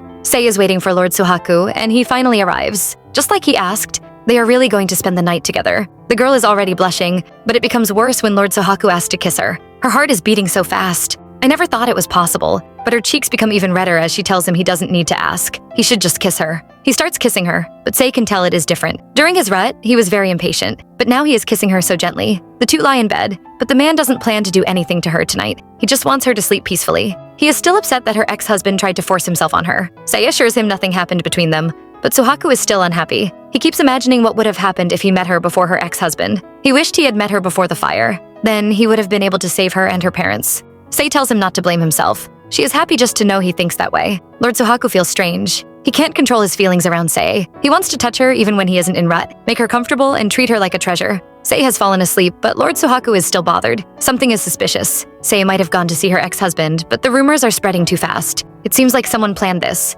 and there is only one suspect. We see Shuichi panicking the next morning. He has just heard the rumors about him and Sei, and wonders who could have seen them. If his wife hears these rumors, it is going to be terrible. He believes it isn't his fault because Sei came to him first. Yet she kept saying weird things. He is insulting her when a maid announces he has a visitor. Shuichi goes to see who it is and sees a strange man standing at the door. He wonders who he is, but we all know it is our male lead. Shuichi has no idea who his new visitor is, but the man's expression is truly frightening. When the man finally speaks, he accuses him of harassing his fiancée. Shuichi is sure this is Sei's fiancée. He is annoyed and disgusted to see the beastman posing as a human. He really thinks humans are superior to the beastmen. He immediately denies touching Sei, even claiming he wouldn't want a woman he has already divorced. He calls her boring and says Suaku can have her for himself. Well, he has successfully pissed off our male lead. Suaku turns into his beast form and questions the man, accusing him of bringing Sei to his store secretly. Meanwhile, the scumbag is so terrified he falls over. He thinks Suaku is going to eat him. He calms down once he remembers it is a crime for beastmen to harm humans. Suaku might be from a noble family, but he can't touch him. Suaku has no idea what Shuichi is thinking. He just wants to know the truth. He thinks the man used Sei's cousin to trick her into coming over. Shuichi denies it and says it was Chio who came to him and said his ex-wife wanted to see him. Suaku asks, but even Shuichi doesn't know who is spreading these rumors. He reminds Suaku that they are also destroying his reputation. Well, he doesn't look like he is lying. Suaku has confirmed his suspicions. Chio must have planned everything. He has no use for Shuichi anymore and turns to leave. But it seems the scumbag is tired of living. He thinks our male lead is leaving because he is afraid and starts mocking him. He tells Suaku to give up on Sei if he wants children. He has remarried and is already expecting his second child, but no matter how many times he slept with Sei, she never got pregnant. Well, Shuichi finally receives the reaction he is looking for. Suaku punches the wall beside the man's head and it immediately crumbles. He tells the man to shut his dirty mouth if he doesn't want to end up dead. The scumbag takes one look at Suhaku's frightening face and trembles. He is expecting a beating, but Suaku has planned something worse. The next moment, a servant rushes in with bad news. Many of their customers have refused to do business with them. Shuichi is shocked to hear this until the servant tells him they all have ties with the Kamashiro family. In fact, all his best customers are gone. His business will soon be bankrupt. On the other side of town, Lord Jiru is practically foaming at the mouth. He is so angry. His wife tells him to calm down, but he just can't. He has heard the rumors about Sei having an affair with her ex-husband. He thinks Sei has ruined her chance with Lord Suaku. His wife tries to comfort him, suggesting it might just be rumors. The man isn't satisfied and insists on hearing the truth from Sei. He orders his servants to drag her back home. Chio has been listening to them secretly and is glad her plan worked. Sei is preparing herself for battle. Well, not an actual battle. The rumor about her affair with Shuichi is still being spread all over town. Lord Suaku told her of his suspicions that someone was setting them up. They can't stop the rumors from spreading, but he promised to solve the problem and asked her to wait. Sei decides to trust him. She can't do anything about the rumors. The only thing she can do is believe Suaku and wait. But today, her main goal is to gather the servants in the manor and explain things to them herself. Sei gathers the servants, but she can hear them gossiping about her. They stare at her with anger as they wonder what she's going to say. They believe she has betrayed Lord Suaku. In fact, she must secretly dislike the Beast tribe, but Sei doesn't let it bother her. She bows to them and sincerely apologizes for the trouble she has caused. She tells them she will explain what really happened between her and Shuichi, which makes the maids nervous. Sei starts her story by announcing she never went to her ex-husband's shop willingly. She didn't go there to have an affair with him. She met him outside his shop by mistake, and then he forced her inside. Because she was too scared, she didn't resist him at the beginning. At the end, she managed to escape. She promises the maids that nothing happened between her and Shuichi. She even reveals her biggest secret to them. Her ex-husband divorced her because she couldn't get pregnant. The maids are all shocked to hear this. Sei tells them she was never loved during her marriage. Her ex-husband thought she was worthless and always treated her like an object. The maids are all silent. Sei doesn't know if they believe her, but she wants to tell them the truth. After spending time with Suaku, she has realized how important it is to believe in your friends and talk about even the hardest secrets. She refused to tell the truth last time, which caused this mess. But nothing will change if she keeps hiding, so she decides to face it. She tells the maids that Lord Suaku gave her a home. She would never betray him or any of them. Riri is touched and hugs her. She tells Sai not to worry because she believes her. The maid even blames herself for falling asleep that day. If she hadn't, her mistress wouldn't have been put in danger. She believes it is all her fault that this nasty rumor has spread, and she begins to cry. Sei comforts the girl, telling her it wasn't her fault. The other maids finally speak. The dogwoman can tell how hard it was for Sei and thanks her for explaining things to them. She thought Sei wouldn't bother speaking to them since they are just servants. The other maids agree with her, and they all tell Sei they believe her. Our female lead is so touched, she begins to cry. She keeps bowing to them, thanking them for trusting her. None of them notices the man hiding in a corner watching them. Tadamasa catches his lord hiding like a thief and tells him not to worry anymore. Turns out, Lord Suaku has always been bothered about Sei's relationship with the female servants. Tadamasa doesn't understand his master. If he was so worried about her, why didn't he go out to support her instead of hiding somewhere and eavesdropping? Lord Suaku says Sei had to face this alone. He announces he is leaving and tells Tadamasa to prepare the car. Sei is walking with Riri. The maid is proud of her, happy that they were able to talk things out. Sei says it was only because Riri was there and thanks her. Their day is going so well until they notice a carriage stops in front of their house. It is from the Fujigamine family. Chio steps out looking worried. She immediately clings to Sei, crying and begging her to return home quickly. She has no idea the male lead is behind her. She is busy describing how angry Lord Jiru was after he found out about the rumors of her affair with her ex-husband. Sei is confused because she has already sent a letter to her uncle explaining what happened. Chio says her father didn't accept the explanation. He is so angry he isn't listening to anyone. She begs Sei to follow her back to the Fujigamine's house and explain things to her father. She is already smiling happily, thinking her plan has worked, until Lord Suaku appears. For some reason, even though Sei's cousin seems to have changed and has even started caring about Sei, Lord Suaku just can't trust her. Chio clings to Sei, begging her to return home immediately. She claims her father has heard the rumors of her affair with her ex-husband and ordered her to bring Sei home. Sei is confused because she has already explained everything in a letter to her uncle. Chio tells her Jiru still isn't satisfied with her explanation. He is too angry and refuses to listen to anyone, making her scared. She begs Sei to return home with her. Sei is already panicking. She remembers all the torture her uncle put her through. He has never once listened to her explanation. If she goes back home, he won't just scold her. He would probably beat her up too. She doesn't know what to do, but thankfully Lord Suaku arrives. Chio greets the man but sees how angry he looks. She is smug, thinking he is angry with Sei for causing him trouble. Her plan is going perfectly well. She had hardly finished that thought when Lord Suaku said Sei won't be returning to the Fujigamine's manor. Chio immediately loses her smile. Her evil attitude begins to show as she angrily asks him what he means by that. In her mind, she thinks he has to be joking. Why is he stopping her? Well, Lord Suaku believes someone set this entire rumor up, and he tells her so. Of course, he suspects it is Chio, and he tells the girl that whoever planned this must be close to Sai. Chio's heart might just fail at this point. Lord Suaku keeps talking, pointing out how quickly the rumors are spreading. He tells her they are currently investigating the source of the rumors. Once they learn the truth, he will go with Sai to Fujigamine's manor to explain it to her father. At this point, Chio deserves an Oscar. The girl doesn't even panic. She just acts shocked, asking why someone would set Sai up like this. She even says she will pray for them to find the culprit, more like curse them. Since Sei won't be returning home with her, she runs away. Sei watches her cousin leave. She wants to know whom Lord Suaku currently suspects. Although he has no proof yet, Lord Suaku believes Chio must be the one who set her up. Once again, Sei is betrayed by her cousin, and she feels sad. Meanwhile, Chio is having a meltdown inside her carriage. She can't believe it. She planned the rumors carefully, thinking it would cause problems between Sei and Lord Suaku, yet the man is still supporting her cousin. It only makes her hate Sei more, and she vows never to forgive her. What did our heroine do? Well, Chio just hates seeing her cousin protected and loved by someone. She vows to do everything she can to force her father to take Sai back home. Chio arrives home and immediately tells her father about Suhaku's suspicions. She keeps saying it is all an excuse and insists the affair must be real. That is why Sei has refused to come home. She accuses Sei of always causing trouble. She thinks her father will agree with her and proudly says Sei's engagement will be called off. They need to bring her back home quickly. Well, Chio is about to get a slap to her face. I mean, literally. Her father slaps her and warns her to shut up. The girl goes into shock while her mother yells at him for hitting her. Their shouts are nothing more than noise to Jiru's ears. He tells them to stop screeching and focus on finding the culprit who spread the rumors. He calls them idiots because they can't understand that this matter could actually ruin their family. He forbids Chio from leaving the house, then leaves himself. Her mother keeps trying to console her, but the girl walks away.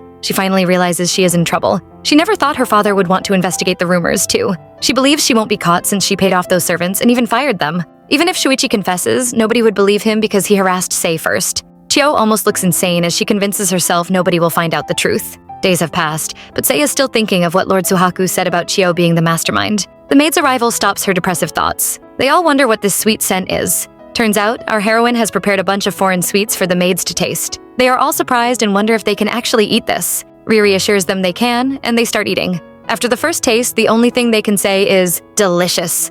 They never knew foreign sweets were so sweet. Sei tells them she grew up overseas. Back then, she would bake with her mother. It is customary to eat cookies while chatting with friends, so she wanted to try it with the maids. The maids are conquered by her kindness, and they all gather around her asking for the recipe. She promises to teach them all, and everyone is happy. Sei is happy everyone liked the cookies, but the most important thing is if her man will like them. She has saved a box for him and heads over to deliver it. She hasn't even seen him yet, but her heart is already racing. Suddenly, someone taps her from behind. It is Lady Senri and Tadamasa. The two are on their way to meet Lord Suhaku, as today is the military check-in day. Sei gives them some of her cookies, which they appreciate. Lady Senri says she wants to apologize to Sei. When they first met, she had been very rude to Sei, and even told her that humans and beastmen don't belong in the same world. She tells Sei she wasn't being mean. She just didn't believe humans and beastmen could live together peacefully. But Lord Suhaku and Tadamasa have told her more about Sei, which has changed her mind. Sei also apologizes to Senri. She was never upset with her and told the female soldier not to worry about it. Now, Senri has also been conquered by Sei and calls her a good person, which makes our girl smile. Tadamasa smiles. He never thought someone like Senri would say something like that. Senri asks what he means, and he says he never knew she could also be cute and honest. Senri acts as if the word cute is a bomb and starts yelling. She is actually just trying to hide her racing heart. Sei watches the two tease each other until Tadamasa runs away. Senri seems to be scolding the man, but her blushing face betrays her. She thanks Sei for the cookies and leaves her behind to chase after Tadamasa. Sei watches them with a smile, wondering if Senri loves Lord Tadamasa. Now it is our girl's turn to blush as she wonders if she also loves Lord Suhaku. Lord Suhaku has finally received some of Sei's special cookies. Sei delivers it to him, and he tells her Tadamasa and Senri have been bragging and showing off their cookies, mocking him for not having one. He admits he was actually jealous, thinking she wouldn't give him any. His confession makes Sei's heart race. Even just watching him eat the cookie makes her blush. Hearing him praise the cookies makes her understand her feelings. She actually loves this man. Once she realizes that, her heart just won't stop racing. She hugs him, but it still isn't enough. She just wants to get closer and closer to him. Girl, just crawl into his skin. All Sei desires is to get closer to Lord Suhaku. She hugs him tightly, but even that isn't enough. She just wants to be close to him. Meanwhile, Lord Suhaku is wondering what is happening to his fiancée. He calls her name, and only then does she regain her senses. Sei is ashamed and quickly moves away, apologizing for touching him suddenly. She doesn't understand why she suddenly wanted to touch him. She is so embarrassed that her face turns red. Well, there is no need for that because the man hugs her too. He doesn't want her to apologize and even tells her she can touch him anytime she likes. He doesn't mind it at all. Our girl has officially turned into a stammerer. Since she can't speak, she hugs him again and thanks him. Suhaku just thinks she is so adorable. The two hug each other for a long time. Suaku wants to know how she feels after hearing that her younger sister might have been scheming against her. Sei tells him she has been thinking about it and has finally realized that Chio and Shuichi seem to be saying different things. Chio claimed Shuichi wanted to congratulate her on her wedding, but the man seemed to believe Sei came to see him. Her cousin kept saying the man had tricked her, but from the way Shuichi was acting, he really believed she had come there for him. Sei doesn't want to suspect her sister, but if it is true and Chio really planned everything, then she can only blame herself for being too naive. It is her fault that everything happened. She tells Suaku she wants to know whether Chio planned this, to find out the truth, and to stop the rumors. She asks for his help, and he promises to assist her. He wants to know if she has noticed anything strange while she was out with her sister, and indeed she has. In another part of town, Lord Shuichi is under attack. His pregnant wife has found out about his affair with Sei and accuses him of cheating on her. He tries to defend himself and says it was Sei who seduced him first. Of course, she doesn't believe him. She pushes him away and reminds him of the different mistresses he has always had. She would be a fool to believe him. Shuichi is annoyed. He reminds his wife of her identity. She was once his mistress too, before he married her. He regrets marrying such a rude woman like her, and indeed wouldn't have if she hadn't become pregnant for him. He is still glaring when the woman suddenly asks what he would do if it weren't his child. Shuichi is confused, wondering what nonsense she is saying. They already have 2 children together. She changes her question and asks what he would do if he found out none of the children were his. Well, his wife has really been hiding a big secret. She was really desperate to marry him and knew how much he wanted a child. But no matter how many times they slept together, she could never get pregnant. The woman decided to be bold and sleep with another man to get pregnant. She vowed never to do it again. But Shuichi kept asking for a son, so she cheated on him again. This news is too much for the scumbag. He keeps stammering as he asks about the child in her stomach. His wife has had enough and yells at him. She says the kids are not his own. They belong to another man. It has always been his fault that they can't have children. Lord Suaku tells Sei that Tadamasa is investigating the rumors. He assures her it is being handled and promises the result will be released soon. A letter has arrived, but it is written in a foreign language. Sei picks it up but is shocked when she sees to whom it is addressed. Finally, we learn the dog woman's name. She is called Misono, and it turns out the letter was sent to her. Sei hands it over to her while the gossipy Riri runs over. She reveals Misono has also received a foreign letter like this previously. They all want to know who sent it, and Misono confesses it was the handsome, golden-haired foreigner she met at Sei's engagement party. She reveals she couldn't read the letters because she didn't understand the language. She guessed it wouldn't be something bad, and just found out how to write thank you in the man's language. She didn't expect him to send another letter. She had to sit with the dictionary, struggling to find simple words to reply to his letter. She has always wanted to know what he wrote and asks Sei to read the letters for her. Of course, Sei is willing. Misono gathers all the letters and hands them over to Sei. The first letter is just an apology for frightening her during the party, and he says the drinks she gave him were delicious. In the second letter, he says he is happy to receive her reply and thanks her for writing it in his language. Riri is freaking out as she realizes these are love letters. Misono keeps denying it, but her blushing face betrays her. She is eager to read today's letter, but Sei hands it to her. Today's letter is written in their language so she can read it. Misono is surprised. The man apologizes in his letter. He finally realized she couldn't read the previous letters because they were written in a foreign language. From now on, he will write in her country's language. He says he treasures her letters, but he wants something more. He wants to see her smile again. So sweet. The man wasn't joking when he said he wanted to see her. Lord Edward actually visits their manor. He apologizes for visiting suddenly, but he was just desperate to see his lover. He becomes shy as he confesses he has already learned her country's language just so he could speak with her. Misono is so happy. She smiles brightly and thanks him for coming to see her. Edward is charmed by her beautiful smile and begins to blush. She is just so cute. The two seem to have forgotten there are people around. The single Riri is hurt by the bitter taste of love, while our couple watches them happily. Suaku is surprised by the man's visit. After hearing he is an investor in Fujigamine's manor, he tells Sei about his plan. He has been searching for a foreign partner to build a relationship with. Now that he has met Edward, he plans to speak to him and ask Sei for her help. Our heroine is really happy to see two people fall in love. Their relationship looks wonderful. She thinks it's lovely watching them become friends, even though they speak different languages. It makes her very happy. Not everyone is happy. The people around Shuichi's shop notice he hasn't opened for a long time. Another person reveals the family is fighting, and the wife even left with their child. Inside the shop, Shuichi is destroying everything he can touch. He is almost going crazy as the words his wife said repeat in his head. He tries to convince himself she is lying, wondering why this happened to him. Suddenly, the door opens and someone steps in. Chio is here, and she starts brainwashing him, trying to convince him that this is Sei's fault. She tells him that Sei set everything up just to get her revenge on him. Shuichi is convinced and curses Sei for being horrible. She has destroyed his life. Chio agrees with him and tells him that Sei also used her. She suggests they work together to destroy her. Chio's mother, Yoshie, is panicking. She has just found out Chio is missing. She has no idea her daughter is on another death-seeking mission and questions the maids. She orders them to find her quickly. Yoshie fears her husband will find out and wonders where her daughter could have gone. Misono is preparing a coat for Sei, who seems to be going on a walk. Our girl doesn't forget to ask Misono about her new relationship with Mr. Edward. Misono tells her the man plans to send her more letters. It seems like he won't be leaving their country anytime soon. Sei offers to help her with any language problems, and Misono thanks her. She is about to head outside when they notice a storm coming. We're all curious about where Sei is going, so let's go back to a few days ago. The men have found a hairpin, which Sei recognizes as Chio's. It was in the hands of one of the Fujigamine family's former maids. It is made of pure gold, and if sold, would fetch a lot of money. Sei had told Suaku her suspicions about the maids. Tadamasa investigated and finally spoke to one of them, only to find out Sei was right. That day, she had seen the two maids hiding in a corner, watching them. She is heartbroken when her suspicions are proven right. Tadamasa tells her that Chio gave the maids some valuable items to sell off. In exchange, they had to spread the rumor about Sei's affair all around the town. Chio even made sure to fire them after, an act even Tadamasa thinks is disturbing. She really used and abandoned them. This time, Sei won't forgive her cousin. She blames herself for being foolish enough to forgive Chio and trusting her. She reveals that Chio sent her another letter asking them to meet. She has decided to go and plans to force Chio to confess to her crimes. She will make her explain everything to her uncle and aunt.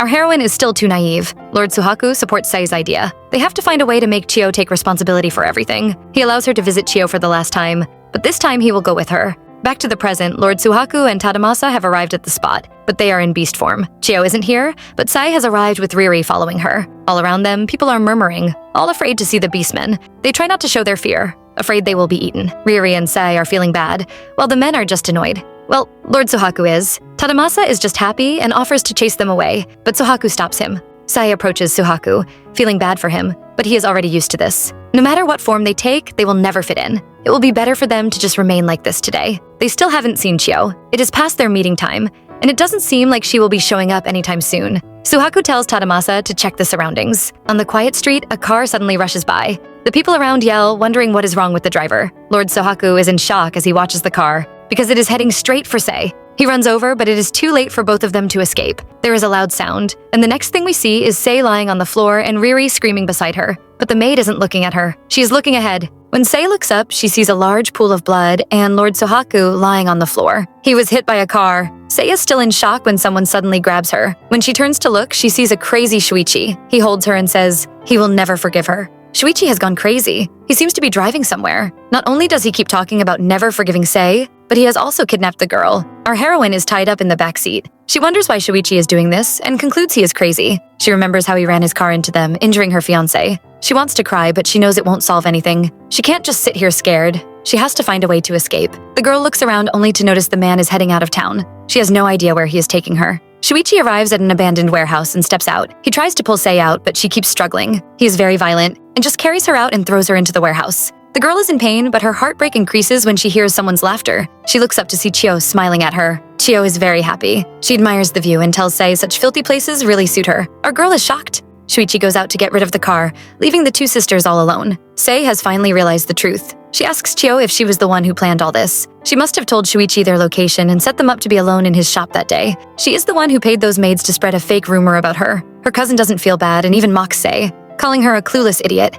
Lord Suaku already suspects her, so she doesn't need to hide the truth anymore. Our heroine can't believe it. She had really thought her cousin wanted to start over and be as close as they were when they were kids. Those words make Chio laugh. She tells Sei she must really be a nice person. She has always loved Chio and treated her like a younger sister, but Chio never cared. She tells Sei she had forgotten all about their past. Sei is heartbroken, but seeing her in pain makes Chio very happy. She keeps laughing and finally confesses she has always been jealous of Sei. Even when they were kids, she hated seeing Sei so happy and having everything. Sei's heart is broken. Lord Shuichi returns and Chio leaves them alone. She encourages the man to do whatever he wants to say and happily tells the girl goodbye. Our heroine is left alone with the man who believes she ruined his life. He looks crazy as he approaches Sei. Our girl can't do anything and just closes her eyes, praying for her man to appear. Well, her man has fainted, and Lord Tadamasa is begging him to wake up. Suaku finally opens his eyes and his assistant is happy. He wants to treat Suaku first, but the man's focus is on Sei. When he hears that she has been kidnapped, he immediately tries to stand up. Tadamasa tries to stop him because he is seriously injured, but Suaku refuses any medical care. Right now, he needs to find his Sei. He sends Tadamasa away to seek help from the military. As he walks around, he sees some familiar clothes on the floor.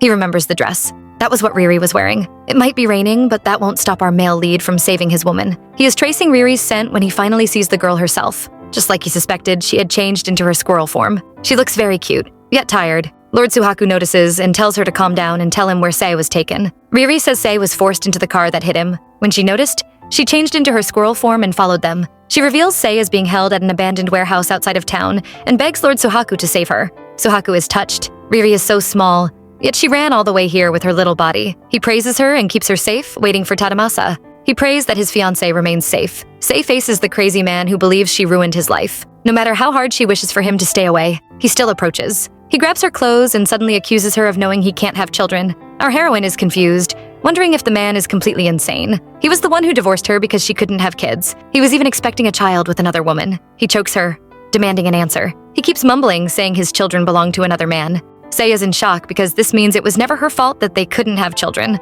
When she asks the man about it, he jumps away in fear, insisting it wasn't his fault. He can't accept the fact that he is infertile. He really is crazy, as he suddenly starts laughing. Our heroine wonders what is wrong with him. But if this is true and it was Shuichi's fault that they could never have children, he doesn't let her think and suddenly approaches her again. He still insists he isn't infertile and decides to test it out on Sei. Lord Suaku is bleeding and keeps coughing. But that isn't important because he can finally smell Sei's scent. There is no mistake. Sei must be inside the warehouse. Our heroine is struggling for her life. She refuses to let this man touch her again and keeps fighting. It frustrates Shuichi, and he yells at her to keep quiet. He wants her to remain obedient and listen to him, just as she did before. But as I said, our Sei has changed. She immediately kicks his stomach and tells him she won't listen. He needs to stay away from her. The man can't believe she just hit him. He becomes violent and slams her head to the floor. But even that won't destroy her determination. Sei refuses to listen to him anymore. But right now, there is nothing she can do. She closes her eyes and calls her man's name, only for him to really appear at the door. The two turn back and stare at the beast man in shock. Sei is so relieved that she begins to cry. Well, bad news for Shuichi. The sight of her tears makes our male lead snap, and he suddenly becomes feral. Get him. Shuichi must really regret treating Sei so violently, because once Lord Suaku sees the tears on his fiancé's face, he snaps and becomes feral. Now Shuichi is scared. Instead of running, he stands there asking why our male lead is here. Wrong choice. Suaku only has to hit him once, and the man flies across the room, slamming into the wall. Suhaku's sharp claws have injured his arm, and Shuichi lies on the floor wailing like a child. Our male lead isn't done with him. He approaches, wondering just how much more the man has to hurt Sei. Oh no. It seems we have all forgotten that beastmen can't control themselves when they see blood. Right now, Shuichi is bleeding, and the sight of his blood makes Lord Suaku lose control. He can't even hear Sei, who begs him to stop. Our heroine realizes he can't hear her. He keeps attacking Shuichi and is now choking him. The man questions Suaku, reminding him that it is a crime for a beastman to hurt a human. A very unfair rule, though. It seems Shuichi really wants to die, as even now he still insults Sei, saying Suaku is wasting his life for a worthless woman. As expected, our male lead is furious and slams him down again. Now Sei is very worried. She keeps begging Suaku to stop, but he can't hear her. She is still tied up and desperately moves around, praying that the rope loosens. It does, and she immediately runs forward. Shuichi has been beaten up badly. Lord Suaku is about to land the killing blow when Sei suddenly rushes to his front, calling his name. She cries and begs him to stop. Our male lead is struggling, so she holds his hand. He finally regains his senses and holds her hand. He turns back to his human form and gently calls her name. Sei turns into a big baby, hugging him and crying loudly. Suaku apologizes for scaring her. All he wanted to do was protect her. The couple settles into a corner and keeps hugging, relieved to have each other. Well, this is an interesting trio. We see Tadamasa in his wolf form, riding a horse, which is actually Senri in her beast form, while Riri hangs on his shoulder in her squirrel form. They are tracing our main lead's scent, and Tadamasa announces he can smell some blood. Senri agrees that it is bad news, while Riri tells them they have arrived at the warehouse. They all rush into the warehouse, calling out for the couple. Instead, the first thing they see is an injured Shuichi. Some soldiers have arrived, and everyone wonders what happened here. Lord Suaku finally stands up, and Senri asks if he was the one who injured Shuichi. Suaku admits it was him and tells them they can arrest him. Sei definitely won't allow that. She tries to stop Lady Senri, telling them Suaku was just trying to protect her. The man himself stops her. He assures her he is fine, but she doesn't listen. Tadamasa holds her back and reminds her that a beast man can never hurt a human, no matter what happens. We can all agree that it is the most useless rule ever. Even Sei feels it is unfair, but there is nothing she can do. The soldiers check on the scumbag who, unfortunately, is still breathing. What a pity. Thankfully, they also arrested him.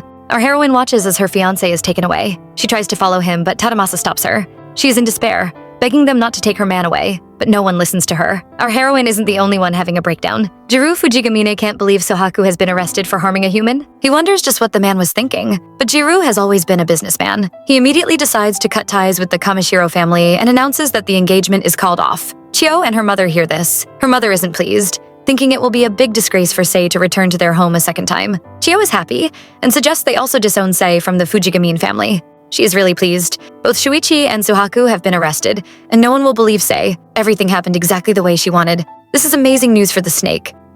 Chio. Her mother is still worried because their business has been going badly. Chio assures her mother that everything will be fine. She is going to marry a good man and support her family. Her mother doesn't support her because it isn't the right time for Chio to marry. Well, we aren't the only ones terrified of Chio. The look on her face frightens her mother, who quickly changes her mind and agrees with her. She tells the girl she is their only hope now.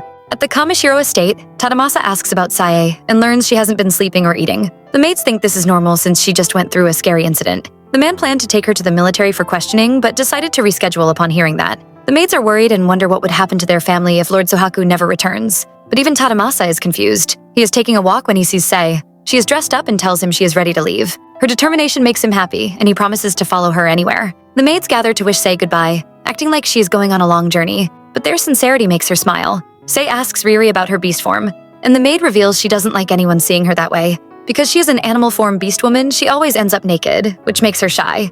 Sei is confused, so Tadamasa explains to her, beastmen have two forms, human form and animal form. People like Suaku look more like humans when they change, but some people, like Riri, become full animals when they change. Riri has always disliked her beast form. Because she is just a squirrel, most people look down on her. But that night, she was glad to be a squirrel because it allowed her to chase after Sei and find her. Tadamasa announces they will soon arrive. The three are headed to the Imperial military quarters. This is where Suaku is being kept. Sei explains what happened to Senri. She tells her that Shuichi had already gone mad. If Lord Suaku hadn't saved her, she would have been killed. She believes her younger sister orchestrated this whole mess and wants Chio investigated as well. Senri promises to do so, but she tells Sei this information may not be useful. Sei feels it is unfair. She wants to see Lord Suaku, concerned about his wounds, but Senri tells her it is impossible. Any beastmen who harm humans are strictly quarantined. Tadamasa begs her to speak on Suhaku's behalf, since Shuichi has committed many crimes as well. Their begging annoys Senri, and she yells at Tadamasa, reminding him how things work. In the military, the beastmen are the weakest. No one is willing to listen to them.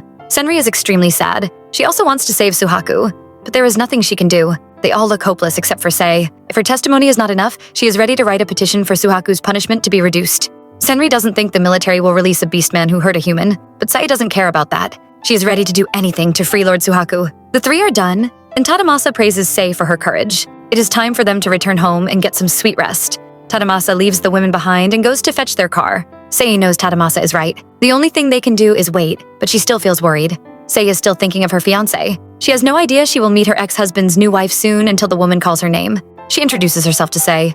Of course Sei knows her. After all, this was the woman Shuichi divorced her for because she was pregnant with his child. She wonders what the woman is doing here, and Teruko says she is here to testify. She tells Sei none of the children she had belongs to Shuichi. She wanted him to divorce Sei, so she slept with another man to get pregnant. But now, Teruko really regrets doing that. She apologizes to Sei for harming her. The baby seems to agree with her and kicks her. The woman shouts in pain, prompting our heroine's concern. Teruko tells Sei the baby will soon arrive. Sei isn't bothered by that anymore. She might have wanted a child before, but now she has someone even more important, Lord Suaku.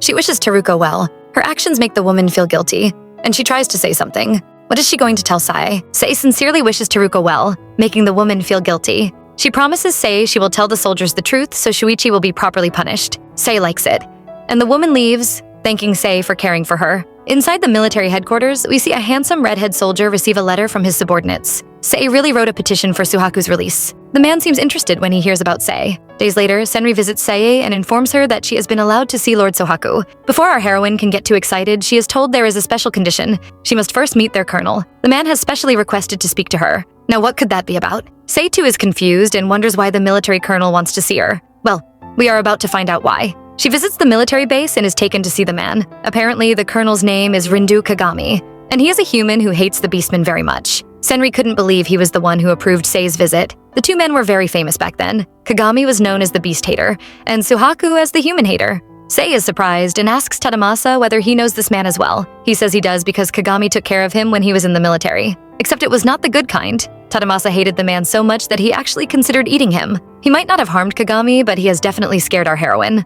But she is still determined to do anything to save Suhaku. Sei has arrived at Kagami's office, and the first thing she notices when she enters is the sweet smell of flowers. The man seems very friendly and even tells her to relax around him. Tadamasa follows her in, and Kagami finally notices him. Tadamasa doesn't waste time insulting his perfume, only for Kagami to say he can't recognize him. Low blow. Tadamasa definitely wants to fight, but Senri begs him to calm down. Kagami can't be bothered by those two silly people. Sei has requested that Suhaku's sentence be reduced, and he tells her the military would never allow it. But if he were to specially plead for Suhaku, he might even be able to free the man. Senri doesn't trust him, wondering why this man who hates beastmen would suddenly decide to help Suhaku. Sei doesn't know what Senri is thinking. Her only concern is if Kagami can help them. He says he can help them reduce Suhaku's punishment, but he has one condition. He tells Sei it depends on her and reveals he has always been interested in her. He has been waiting to see her and now wants a private chat. We see our male lead in prison garb, locked in a cell. He looks sad until he hears his fiancée calling him. When he looks up, he really sees her. Sei has come to visit him. Our male lead is at first delighted to see his fiancée, but then he becomes ashamed, thinking he has no right to see her. He was once a military doctor and has been trained not to lose control when seeing human blood. But for some reason, anytime it involves Sei, he seems to lose control. At that moment, he wanted to punish Shuichi for everything he had done to Sei. If she hadn't stopped him, he would have eaten the man. He feels very guilty, but Sei warns him not to apologize. He did all those things to save her, so she doesn't blame him. In fact, she is even thankful. He committed a sin just to protect her. So it is her turn now to protect him. Suaku might just have fallen in love with her all over again. He must really want to hug her right now. But the prison bars are in their way. They can only touch their foreheads together. This is another form of torture for them, being so close and yet not being able to touch. She is still worried about his health, but he tells her he is fine. He is a beastman, so his body is naturally stronger than a human's. She tells him about her plan to have his sentence reduced. Suaku knows that it is impossible. The military would never have pity on a beastman. Someone interrupts them. Kagami arrives and says it is indeed impossible. Suaku is shocked to see him, while the man is as cheerful as always. Suaku demands to know why Kagami is here. The colonel talks about how he read Sei's petition, and her feelings for Suaku impressed him, making him approve of her visit. He lets Suaku know that he has been chatting with Sei, and she even told him how she met Suaku. He seems to be purposely annoying our male lead as he touches Sei. Of course, Suaku reacts and shows his fangs, warning the man to stay away from his fiancée. Kagami laughs and moves away, but wants Suaku to stop glaring at him. After all, he is the one helping him now. Like the rest of us, Suaku is shocked that a beast hater would want to help him. He is sure the man must have a plan. Kagami does want something. He wants Suaku to owe him a favor. He advises the beastman to make the smart choice and rely on him. Done with annoying Suaku, he tells Sei the visiting hours are over. Our heroine is reluctant to leave her man and promises to do everything to free him. Everyone is waiting for him to come home. Sei follows Kagami out, wondering if she should trust the man, but she has no choice. Right now, he is the only one who can help Suaku. The man suddenly asks whether she speaks foreign languages and wants to know more about her. She tells him her parents were running a trading company, so they lived abroad. He is curious about them, and she reveals that her parents were kind people. They spoke several languages and adapted to life abroad, forging many close friendships. They might be dead, but they were honest people. Kagami believes she can trust the beastman because her parents were wonderful. He is actually confused. Her father and Jiru clearly had the same parents, so why are they so different? He decides to reveal a secret about her uncle to Sei. Just what could it be? Kagami tells our heroine a little secret. Her uncle will soon be arrested. It is true. The next day, Lord Jiru is arrested in his home for selling illegal drugs. Kagami still has that annoying smile on his face, even when arresting people. He tells Jiru he should have just continued scamming nobles and selling fake drugs. Yoshi is panicking. She never knew her husband would actually start selling hard drugs. Everything is a mess. And she doesn't know when her husband will be released. How is she supposed to run the Fujigamine company when she knows nothing about business? Chio rushes in, but her only concern is how they will live and what will happen to her engagement. She already looks defeated, but it is just the beginning of her karma. Senri goes to the Kamashiro manor to tell Sei about her uncle's arrest. Our heroine isn't surprised, since Kagami had already told her beforehand. The only new detail is that Jiru was selling hard drugs, but she has no strength to worry about him. She is still thinking of Suaku and asks Senri for updates about his sentence. It seems to be going smoothly. Kagami was very helpful, and the military finally agreed that Suaku was just trying to protect Sei. To our surprise, we find out that Teruko also testified against her husband. Sei remembers the woman's promises and is surprised she actually did it. But there is bad news for our heroine. Senri tells her that Suhaku's case has been abandoned. Sei demands to know why, and Senri reminds her that they are beastmen. Most humans won't agree to forgive a beastman. Riri agrees, and tells Sei how the beastmen would be punished in the past, even when the humans are at fault. Sei is annoyed by how unfair it all is. Senri has always been taught not to offend humans. She was told it was her role to be used by humans. She believed it was normal for beastmen to suffer even when they didn't offend humans. Only now does she realize how wrong it is. Sei still won't give up. She makes up her mind to keep speaking out to expose this injustice. Senri agrees with her. There are many beastmen in the military who all support Suaku. She will speak to them and stage a protest. Sei wants to come along, and Senri agrees. Sei is out with Senri and Tadamasa on their mission when they run into the last person they wish to see, Sei's wicked sister Chio. The girl acts surprised and seems to regret seeing Sei alive. Sei doesn't want to waste time with this psychopath. She tells the girl she has reported her actions to the military. Chio isn't afraid because our heroine has no proof. She thinks no one will believe her. She mocks her cousin for relying on the Kamashiro family for everything. She reminds Sei that her fiancé has been arrested, so she doesn't even have a backer. Sei is annoyed by Chio's audacity. She was the one who planned everything, so how dare she speak that way? Chio is annoyed to see Sei glaring at her. Her cousin has always been a coward, so why does she look so scary now? Chio is annoyed to see Sei glaring at her. It makes her scared, and she yells at our heroine, telling her to speak. The situation calms down when Chio's mother arrives. She smiles at her daughter, but it changes to fear when she sees Seiyao. She nervously asks what our heroine is doing here. Sei brings up the issue of Jiru's arrest, which makes Yoshi panic. She probably thinks Sei is after their company and tells her someone has been helping them run it. She tells Sei to stop worrying about it because it is none of her business. Just like her daughter, Chio's mother hates seeing Sei looking so bold. Sei's fiancé has been arrested too, so she expects the girl to be as wretched as they are. She angrily says Sei has been expelled from the Fujigamines family and warns her not to return. She tells our heroine to remain with her beastmen. Sei doesn't argue. She tells them she will do as she wants. Since they can't bully her, the mother and daughter leave. Those women seem to have a way of making people hate them. Even Senri finds them annoying and almost hits them. It might have become Sei's habit to apologize as she says sorry once again. Senri neither accepts her apology nor praises her actions. She really liked seeing Sei stand up for herself. Tadamasa points out how nervous the women looked. They must be panicking because Jiru was arrested. Sei knows her aunt has never been involved in the business. She must be having some trouble now that Jiru is gone. She orders Lord Tadamasa to investigate and keep watch on what happens within Fujigamine's company from now on. Tadamasa is confused. It is an easy task, but he wonders why. Sei doesn't answer, only saying she is suspicious about something. They aren't the only ones worried about the Fujigamines. Over at the military base, Jiru has still refused to confess. The soldiers report to Colonel Kagami, but he isn't bothered. After all, it won't affect him. It is Jiru who will suffer because his sentence will be lengthened. Kagami even assigns someone else to the case. The soldier has one more thing to report. They have been getting complaints from the beastmen in the military. They are all unhappy with how Lord Suaku is being treated and punished. It turns out Sei's petition is gaining more support.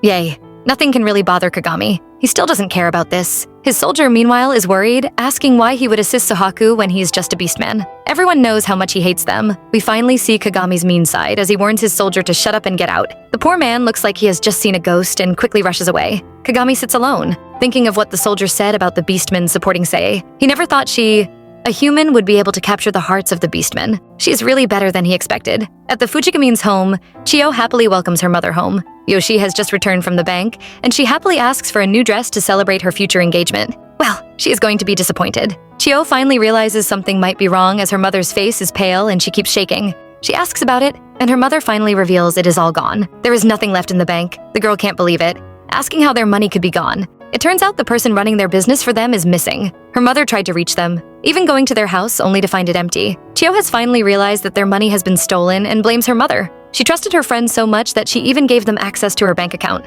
She suggests they beg their relatives for help. Yoshi reveals they all cut ties with them after hearing of Jiru's arrest. She can't bear it anymore and starts screaming. Chio watches in shock, wondering how this could happen to her. Tadamasa has been watching the Fujigamine family and tells Sei about their current condition. Not only have they been scammed out of their money, but even their servants have also abandoned them. Their lifestyle has completely changed. He tells Sei the hard truth. The Fujigamines family probably won't be able to survive. Our heroine doesn't react much, and the man can tell she is still worried about Suaku. He wants her to stop worrying. She has done everything she can to help Suaku. The only thing they can do now is pray and wait for things to change. Alone in his cell, our male lead reflects on what Senri told him. Many of their old military friends came to protest his release, all because of Sei. Her determination not to give up on him encouraged everyone. Suaku is moved until he catches a familiar scent. It belongs to someone he absolutely doesn't want to see. Kagami says Suaku must be bored and offers to chat with him. The Beastman refuses. He still hasn't forgotten how mean and cruel Kagami was to the Beastmen soldiers. He treated them like useless pawns. The colonel insists he has changed since then. He has also noticed Suhaku's change and thinks it is because of his fiancée, Sei. He is actually impressed with Sei.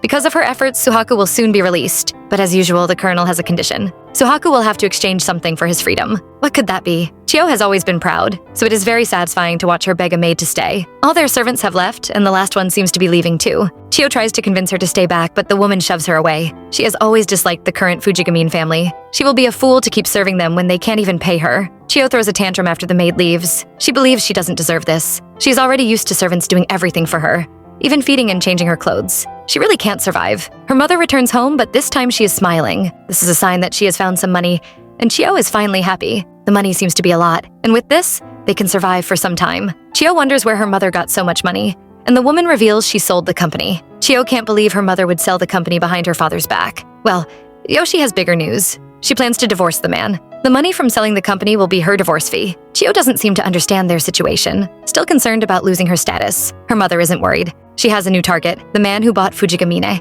He is a business expert and is very rich. From the way she describes him, golden hair, blue eyes, foreigner, she is clearly talking about Edward. She discovered he was single and wants her daughter to seduce him. Then they will have an even higher status. Yoshi is meeting Lord Edward. She returns to the company to sign off on the final rights and receive the last payment from him. The woman thinks of the money and wastes no time in signing the agreement. She doesn't care about the Fujigamine company. Her only concern is avoiding poverty. After the signing, Edward tells her the Fujigamine family has no connection with the company anymore. The woman can't refuse because her husband committed a crime and sold drugs. In her mind, she scolds him for causing her trouble. After selling his company, she plans to divorce him. She thanks Edward for buying the company despite the situation. At first, no one would buy it, and she panicked. The man promises to make the company work. He reveals he is just an investor. Someone else will take over the company and manage it from now on. Yoshi doesn't care about that and, after wishing him well, asks about the money. Edward hands over a suitcase full of money, and the woman almost cries in happiness. This money is actually too much for a failing company.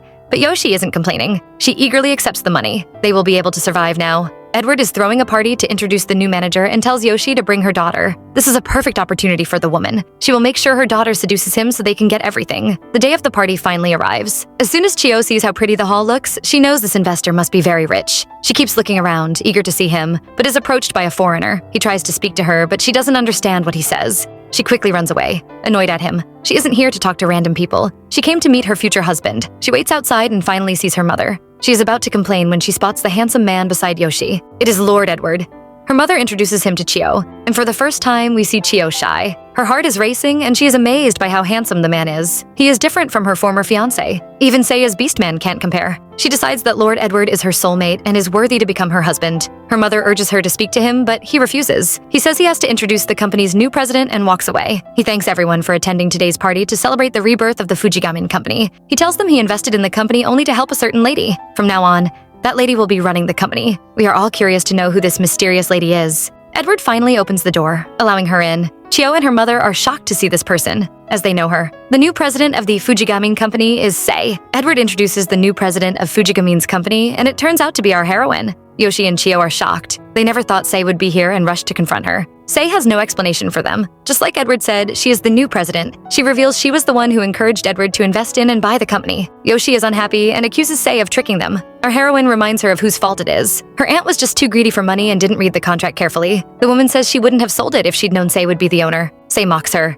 reminding her that there were no other buyers. She actually saved them. This is exciting news for the people around, and they begin to gossip. They look down on the mother and daughter for getting scammed. They think they are shameless, daring to show up at the party after what Jiru did. Of course, the women can hear this, and they both look pale. Sei watches them from behind. She has finally decided to take action. A few days ago, Senri informed her that Lord Suaku would soon be released. She was so excited that she ran over in her beast form. Of course, the happiest person was Sei. But after that day, our heroine began to plan. Her fiancé has always wanted an equal society for beastmen and humans and has focused on developing medicine. If she takes over Fujigamine, she will be able to assist him once he is released. That was why she made this decision. Back to the banquet. Sei criticizes Jiru and his family. She reminds the mother and daughter that the company was created to be a bridge between countries. The generations after the company's founder, including her own father, all followed this rule. Yet after Jiru took over the company, he started selling hard drugs. She says her aunt isn't better, rushing to sell and abandon the company. She calls the family greedy and accuses them of destroying the Fujigamine's company. From now on, she will lead the company herself. Edward is impressed, glad he made the right decision by investing in her. Sei continues her speech. She knows it will be a difficult journey, but she has the support of Lord Edward, Lord Suaku, and others who trust her. She makes a promise to the people around, vowing to revive the Fujigamine's company and asks for their support. The crowd is moved, and they all start clapping. Of course, not everyone is happy. Chio's mother can't control her temper and starts yelling at Sei, accusing her of humiliating them. She calls her ungrateful and an awful daughter, and even starts pulling her clothes. Sei announces she is no longer related to them. Her aunt chased her out and told her to do whatever she wanted. Yoshi grows violent and tries to slap Sei, but Tadamasa stops her. He promises to throw her out if she keeps causing a scene. She doesn't listen and keeps shouting, vowing never to forgive Sei. Chio appears as well and accuses Sei of being vile, demanding that she release her mother. She condemns her for harming her own family. Now that she knows Sei might have some money, she says she wants to apologize and work together with our heroine. So delusional. Sei doesn't fall for her tricks and slaps her hand away, warning her not to touch her. She doesn't need the girl's fake apology and vows never to forgive the family for everything they did to her. Chio might not remember their past, but Sei still remembers the girl who would smile and care for her. Sei really loved the girl back then. She was blinded by that love and never realized Chio had started to hate her. Even she thinks she was a fool for never noticing. They have already received the money from selling the company, so Sei has no business with them anymore. Sei tries to leave and doesn't listen to Chio, who begs her to stay. It annoys the girl, and she suddenly tries to attack Sei. Thankfully, Lord Edward rescues our heroine and warns Chio to stop disgracing herself. After all, she is in public. The girl is ashamed and runs away. Sei apologizes to Edward for the mess, but he doesn't mind it. He only invited the women to show how foolish they were. He advises Sei to keep being confident. Our heroine apologizes to the crowd and vows to win their trust once again. She doesn't expect them to suddenly start clapping. They all approve of her. In fact, they are all eager to start business with her. The mother and daughter try to convince themselves that it's all a dream. How can their company end up in Sei's hands? Well, that is the reality. Days have passed and our heroine has become busy. The business is going smoothly, and she thanks Tadamasa for assisting her. They pass by a familiar street, and Sei notices her ex-husband's shop is gone. After his arrest, his relatives had to close the shop down. She worries about Teruko and her child and prays for their safety. Finally, the past is behind her, and our heroine doesn't have to worry about her ex-husband again. She is happy because Lord Suaku will be returning to the Kamashiro Manor tomorrow. Kagami sends Suaku off with a warning. He will still be under military observation, so he must be careful. Suaku thanks him for his help, but Kagami doesn't need thanks. He reminds Suaku of his conditions, and the Beastman promises to fulfill them. What could his conditions be? The Kamashiro estate is bustling as all the servants gather around to wait for their lord's return. Sei joins them, and even the proud Maru is dragged along. The servants are getting impatient and wish they could have gone to fetch him from the base, but they had been advised to keep silent about his release because he is a beastman. The maids feel it is unfair. Riri doesn't want any sad news today. She talks to Sei, but our heroine is so nervous that she is blushing. The maids all tease her, as everyone knows how happy she is. She has been waiting for this day. Lord Suaku has finally arrived. Before the maids can speak, Sei turns into an Olympic runner and rushes to his side. Suaku is playing with Maru when he hears an incoming missile. Of course it is Sei, and she throws herself at him, hugging him tightly. She has been waiting for this moment. The man thanks her for her help. Senri told him everything, and he is really grateful. The couple hug each other rightly. They look really happy. I'm so jealous. The Kamashiros throw a party to celebrate Suhaku's return. Even Edward has been invited, and everyone looks happy. Suaku and Tadamasa seem to be having a private discussion. Suaku pours some wine for him personally, almost scaring Tadamasa, but it is just our male lead's way of thanking him for taking care of his fiancée and the estate. Tadamasa refuses to accept his thanks, feeling guilty. He failed to protect Suaku from the accident. They are interrupted by a drunk Senri. She isn't the only one drunk, as even Riri has turned into her squirrel form and fallen asleep. The party is over and the servants start cleaning up. Sei tries to help, but she is chased away and asked to go stay with her man. Sei is shy again, especially when the man praises the idea and says they should go to his room. Unfortunately, they end up in the medicine room and continue drinking. Suaku notices how red her face is and assumes she is drunk. He isn't wrong. She was so happy that she drank too much. Just looking at her pretty face stirs the man up, and he suddenly pulls her close and kisses her. Sei's body is so hot she feels like she could melt. She blames the innocent alcohol, but we all know it is because of the kiss. When he stops the kiss, she isn't happy. She really wants him to touch her more, just like he did during their first night. They are enjoying their kiss when something happens. Lord Suaku gets a strange feeling and pushes Sei away. He says he got too heated, but it is clearly a lie. Sei is worried and scolds herself for desiring him in such a public place. She is afraid he will think she is an indecent woman. But Suaku is thinking of something different. He just had the same feeling he had when he lost control after seeing human blood. He actually felt the desire to eat a human. The feeling of rut and the desire to eat a human are the same. Normally, a beastman in heat wouldn't desire to eat his partner, but it is different when their partner is a human. The more they love their partner, the stronger their desire to eat them is. Suaku is in despair. He always thought he could control himself around Sei. He would be careful not to hurt her, and everything would be fine as long as they trusted each other. But it isn't so simple. Only now does he realize how painful it is to have a partner from a different race. But he knows he wouldn't have these feelings if he didn't love Sei. Still, he can't marry her when he has these urges. He remains silent, making Sei panic. She thinks he might have noticed her indecent feelings and probably dislikes her now. The man suggests they leave and offers to walk her back. They arrive at Sei's room. Suaku is reluctant to leave her and hugs her again. He wishes her goodnight and leaves. Sei is relieved he has returned to his normal self. She believes they will be together forever. The thought makes her happy, and she prays the man feels the same way. We see some soldiers arrive at the prison. The younger one is scared when he hears a strange noise. The other man isn't bothered. He says it is just a prisoner in the cell slamming his head against the wall. The man seems to have gone insane after learning his company had been sold out. He warns the other soldier to stay away from him. Just like we expected, it is Lord Giroux. He has gone crazy, slamming his head against the wall.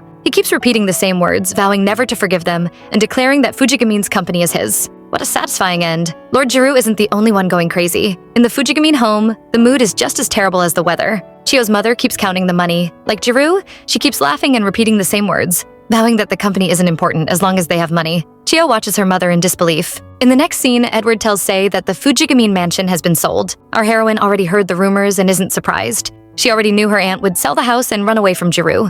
Giroux might still be locked up for now, but Edward knows he will soon be released. He advises Sei to look for a lawyer beforehand. Sei knows he is right. Right now, the Fujigamine family has been destroyed. She can only rely on herself from now on. Edward interrupts her train of thought, worried she might be tired from all the business talks. She assures him she is fine. She finds it fun as Edward teaches her about business. Edward reveals he also has a trading company back home, so she can ask him anything. Misono arrives with some tea, and Edward immediately turns into an awkward teenage boy. He even says her tea is so precious that he wants to preserve it and take it home. The two start flirting again, forgetting our heroine is still there.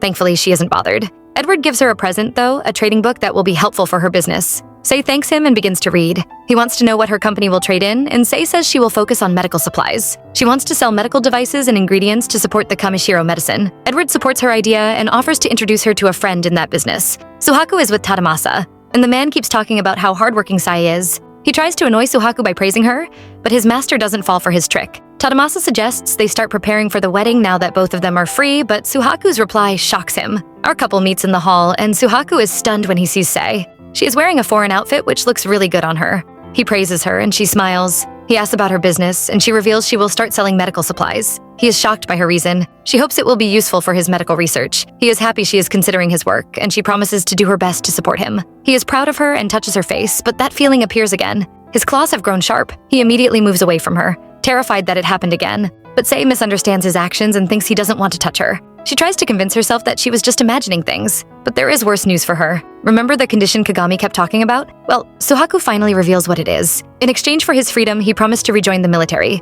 Our heroine is shocked. Suaku explains that after he left, the fights between the beastmen and the humans continued. The higher-ups have been troubled by this and have decided to bring Suaku back into the military. Sei is upset. The military not only locked Suaku up without a reason, but they are also now demanding his return. She remembers the favor Kagami asked for and realizes it was all part of a plan. He had threatened Suaku. She blames herself for seeking Kagami's help, but Suaku doesn't want her to feel guilty. If she hadn't done that, he wouldn't have been released. He has always known Kagami couldn't be trusted, but he can't deny that the man helped them this time. Well, it is already determined that our male lead will return to the military. His return has been postponed so he can prepare and settle his affairs. He tells Sei he will still make medicine while working there and promises to buy all his supplies from her company. Sei promises to support him. She tells him about the land Lord Edward bought for her. Our male lead suddenly panics. He misunderstands and thinks she is leaving him. Sei explains that the land is just to build a new office for her company. Now the beastman is embarrassed and apologizes for overreacting. Sei grows shy and asks if she can continue living in the Kamashiro estate. She doesn't expect the man to suddenly hug her. He says she can stay here forever, and the two become very lovey-dovey again. Suaku knows he wants to marry her, but he is terrified. His feelings for Sei keep growing, but the stronger they become, the less he trusts himself. He is afraid he will lose control one day and eat her up. The thought is too terrifying, and our hero becomes more desperate to create the suppressant, but it never seems to work. Sei notices her fiancé has been locking himself up in the medicine room every day. When she asks Tadamasa, he reveals that the Lord is preparing him to become a military doctor. He has also finally made some progress on the suppressants. Suaku has told Sei about the suppressants and how they can control the beastman's urge to mate and eat humans. She's more worried about Suhaku's health. Tadamasa agrees with her and promises to tell Suaku to rest. Except the man goes ahead and recounts the full conversation to Suaku, making him know his fiancé is very worried about him. He notices how pale his master looks and can tell he hasn't slept for days. Suaku keeps insisting he is fine, but he clearly isn't. Since the man is being so stubborn, Tadamasa brings out his ultimate move. He has a letter which he believes will make Suaku rest after reading it. It is a letter from his mother, Lady Ritsuko. Well, some people just don't learn their lessons. Chio returns to her grandmother's home with her mother, but instead of investing their money, they waste it on buying jewelry. The grandmother is shocked to see this and warns her daughter to be careful, but Yoshi doesn't listen and even says she still has more money. The grandmother doesn't know what to do with her daughter. She had accepted the mother and daughter after they came home crying, saying they had nowhere to go. But not only is Yoshi's daughter spoiled, but the woman herself also insists on wasting all the money she gathered. She tells them to spend carefully, otherwise they will go broke. Her words just annoy Yoshi, who declares she will spend her money the way she wants. Her mother mocks her, reminding her that the money was gotten from her niece. That name is enough to make the woman snap, and Yoshi starts yelling. She hates hearing Sei's name. Just remembering how Sei looked down on them is enough to make the mother and daughter sick. Our heroine is also going through some troubles. Suaku informs her that his mother would like to see her. She wants Sei to come to the wolf village so she can introduce her to Suhaku's relatives. But there is a huge problem. Everyone in the village is a beastman and they all hate humans. Suaku is afraid to take her there, afraid she might get hurt. Sei doesn't mind. Since his mother has invited them, it would be rude to decline. Besides, she really wants to meet his mother. As so the next day, our couple begins the journey, except Suaku is asleep throughout. Riri and Tadamasa follow along and are amazed that the Lord could sleep in front of other people. But Sei knows it is because he has been too busy researching his drugs. She really hopes he will relax during their trip. She's excited to see the wolves' village. It might be far from the capital, but it is where Suaku grew up. They finally arrive at the village. Sei thinks this is Tadamasa's hometown too, but he says he was born in a different village. He met Suaku in the military. Suddenly a beastman runs over yelling Suhaku's name. He seems to be panicking. When Suaku asks what is wrong, he says something has happened to his mother. They rush to our male lead's home and meet his mother, coughing harshly. She seems to be really sick. The beastman said she had been ill for some time, but it suddenly worsened that morning. Sei is worried for the woman. Well, she should worry about herself first. The door is suddenly pushed open, and a beastman appears with some water for Ritsuko. Suaku begs the man to be quiet. He greets him as his uncle, but the man doesn't look happy. When Sei looks at him, he glares at her. He even pushes Suaku out of the way and insists he can take care of his sister alone. He seems to really dislike our male lead. Suaku has brought some new medicine for his mother, but his uncle still looks angry. We find out it is because Suaku looks like his dead father. He chases them out, claiming his mother can't rest with so many people. Later that night, Sei asks about his mother, and Suaku says she has fallen asleep. His mother has always been weak and often falls sick. They are already used to it, so he doesn't want Sei to worry. Our couple is going to meet Suhaku's relatives, and Sei is extremely nervous. Well, I would be too if I saw a bunch of wolves gathered in a room staring at me. Our heroine is scared. Who wouldn't be when you have a bunch of wolves who dislike humans staring at you? Sei can tell what the look on their face is. They don't trust her. The banquet is off to a rocky start as one of the wolves yells at them to get in. Sei recognizes him. He was the wolf who had been caring for Suhaku's mother. She feels nervous, but it disappears when she remembers Lord Suaku is by her side. Suaku thanks the wolves for inviting him and taking care of his mother. He introduces Sei to them as his fiancé. Sei does a full 90-degree bow with her forehead touching the floor just to show her respect. While some still don't like her, a few are amazed by how pretty she is. One of the female wolves offers her a seat to make her comfortable. Suaku introduces that wolf as his aunt, Etsu. Etsu introduces the rest of the wolves sitting on her side of the table. They are all from the Kamashiro family. Turns out Suaku is an only child. His father died years back, leaving only him and his mother. Suaku has never spoken much about his family, and Sei mentions this to him. Since he is unwilling, his aunt tells Sei about his family. Suhaku's father, Shuichi, was known as the most beautiful white wolf. Ritsuko was his childhood friend, and everyone agreed they were a perfect match. They were the ultimate married couple. Ritsuko's brother doesn't seem to agree with this story. He seems to dislike Suhaku's father. The reason? The man died before his sister could. Etsu introduces the people sitting at the other table. They are from the Ginju family and are Ritsuko's family members. The wolf who has been disturbing our couple is Taiko, the first son. Everyone knows he loves his sister very much. He wasn't happy when she was married off and always fought with Shuichi. Suhaku talks about his father and Sei sees how happy he is. She is sure his parents must have been a wonderful couple. Well, the Kamashiros are the only ones enjoying the talk of the past. Taiko doesn't care about that and wants to focus on the news of Suhaku's return to the military. He is angry and asks if our male lead isn't ashamed to be used by humans again. The relatives try to persuade him, but Taiko feels it is unfair how the humans treat the Beastman soldiers so poorly. Sei still thinks it is her fault that Suhaku couldn't refuse. The man himself isn't bothered. In the past, he might have felt used by humans, but it is different now. He tells them that after meeting his fiancée, he learned it was important to respect people regardless of race. He announces his desire to help humans and Beastmen live in peace together. Sei is touched by his words, while his uncle is just annoyed. The other Beastmen gossip. They believe it will be impossible to live with humans, but they all think Sei's and Suhaku's marriage will bring hope to the Beast tribe. Taiko isn't pleased to hear this. He slams his cup down and declares their marriage won't work. His sister might have arranged this marriage, but he still won't support it. It is too easy for a Beastman to become a man-eater, especially for the wolves. Taiko shares a story. There was once a man who, like Suhaku, fell in love with a human and decided to marry her. He fought the entire village and ran away with his bride. Unfortunately, they didn't have a happy ever after. It is more like a nightmare because the man lost control and ended up eating his wife. Taiko doesn't want a man-eater in their family and asks Suhaku to control himself. That is one question our male lead cannot answer. Taiko becomes suspicious and begins to question Suhaku, certain he is now attracted to human blood. Suhaku remains silent for too long, making Taiko suspect he is attracted to human blood. He even believes Suhaku must have tasted it after attacking Shuichi. Suhaku quickly swears he hasn't tasted blood. His uncle refuses to believe it. Sure, Suhaku is pretending. We aren't the only ones who have had enough of him. His wife slaps his head with a plate. She apologizes and chases the man away. The rest of the wolves complain about the banquet being ruined, but Sei keeps looking at Lord Suhaku. It is time for bed, and Lord Suhaku comes to say goodnight to his fiancée. Thanks to his dramatic uncle, the banquet ended quickly. Sei isn't bothered by the drama, and the man promises to see her tomorrow. As soon as he leaves, the girl stops smiling. She could tell Lord Suhaku was nervous when he heard his uncle's accusation. The man had refused to touch her lately, and she finally understands why. The next day, Sei goes looking for him, only to be told he is teaching the village's children the sword. Of course, she has to watch him.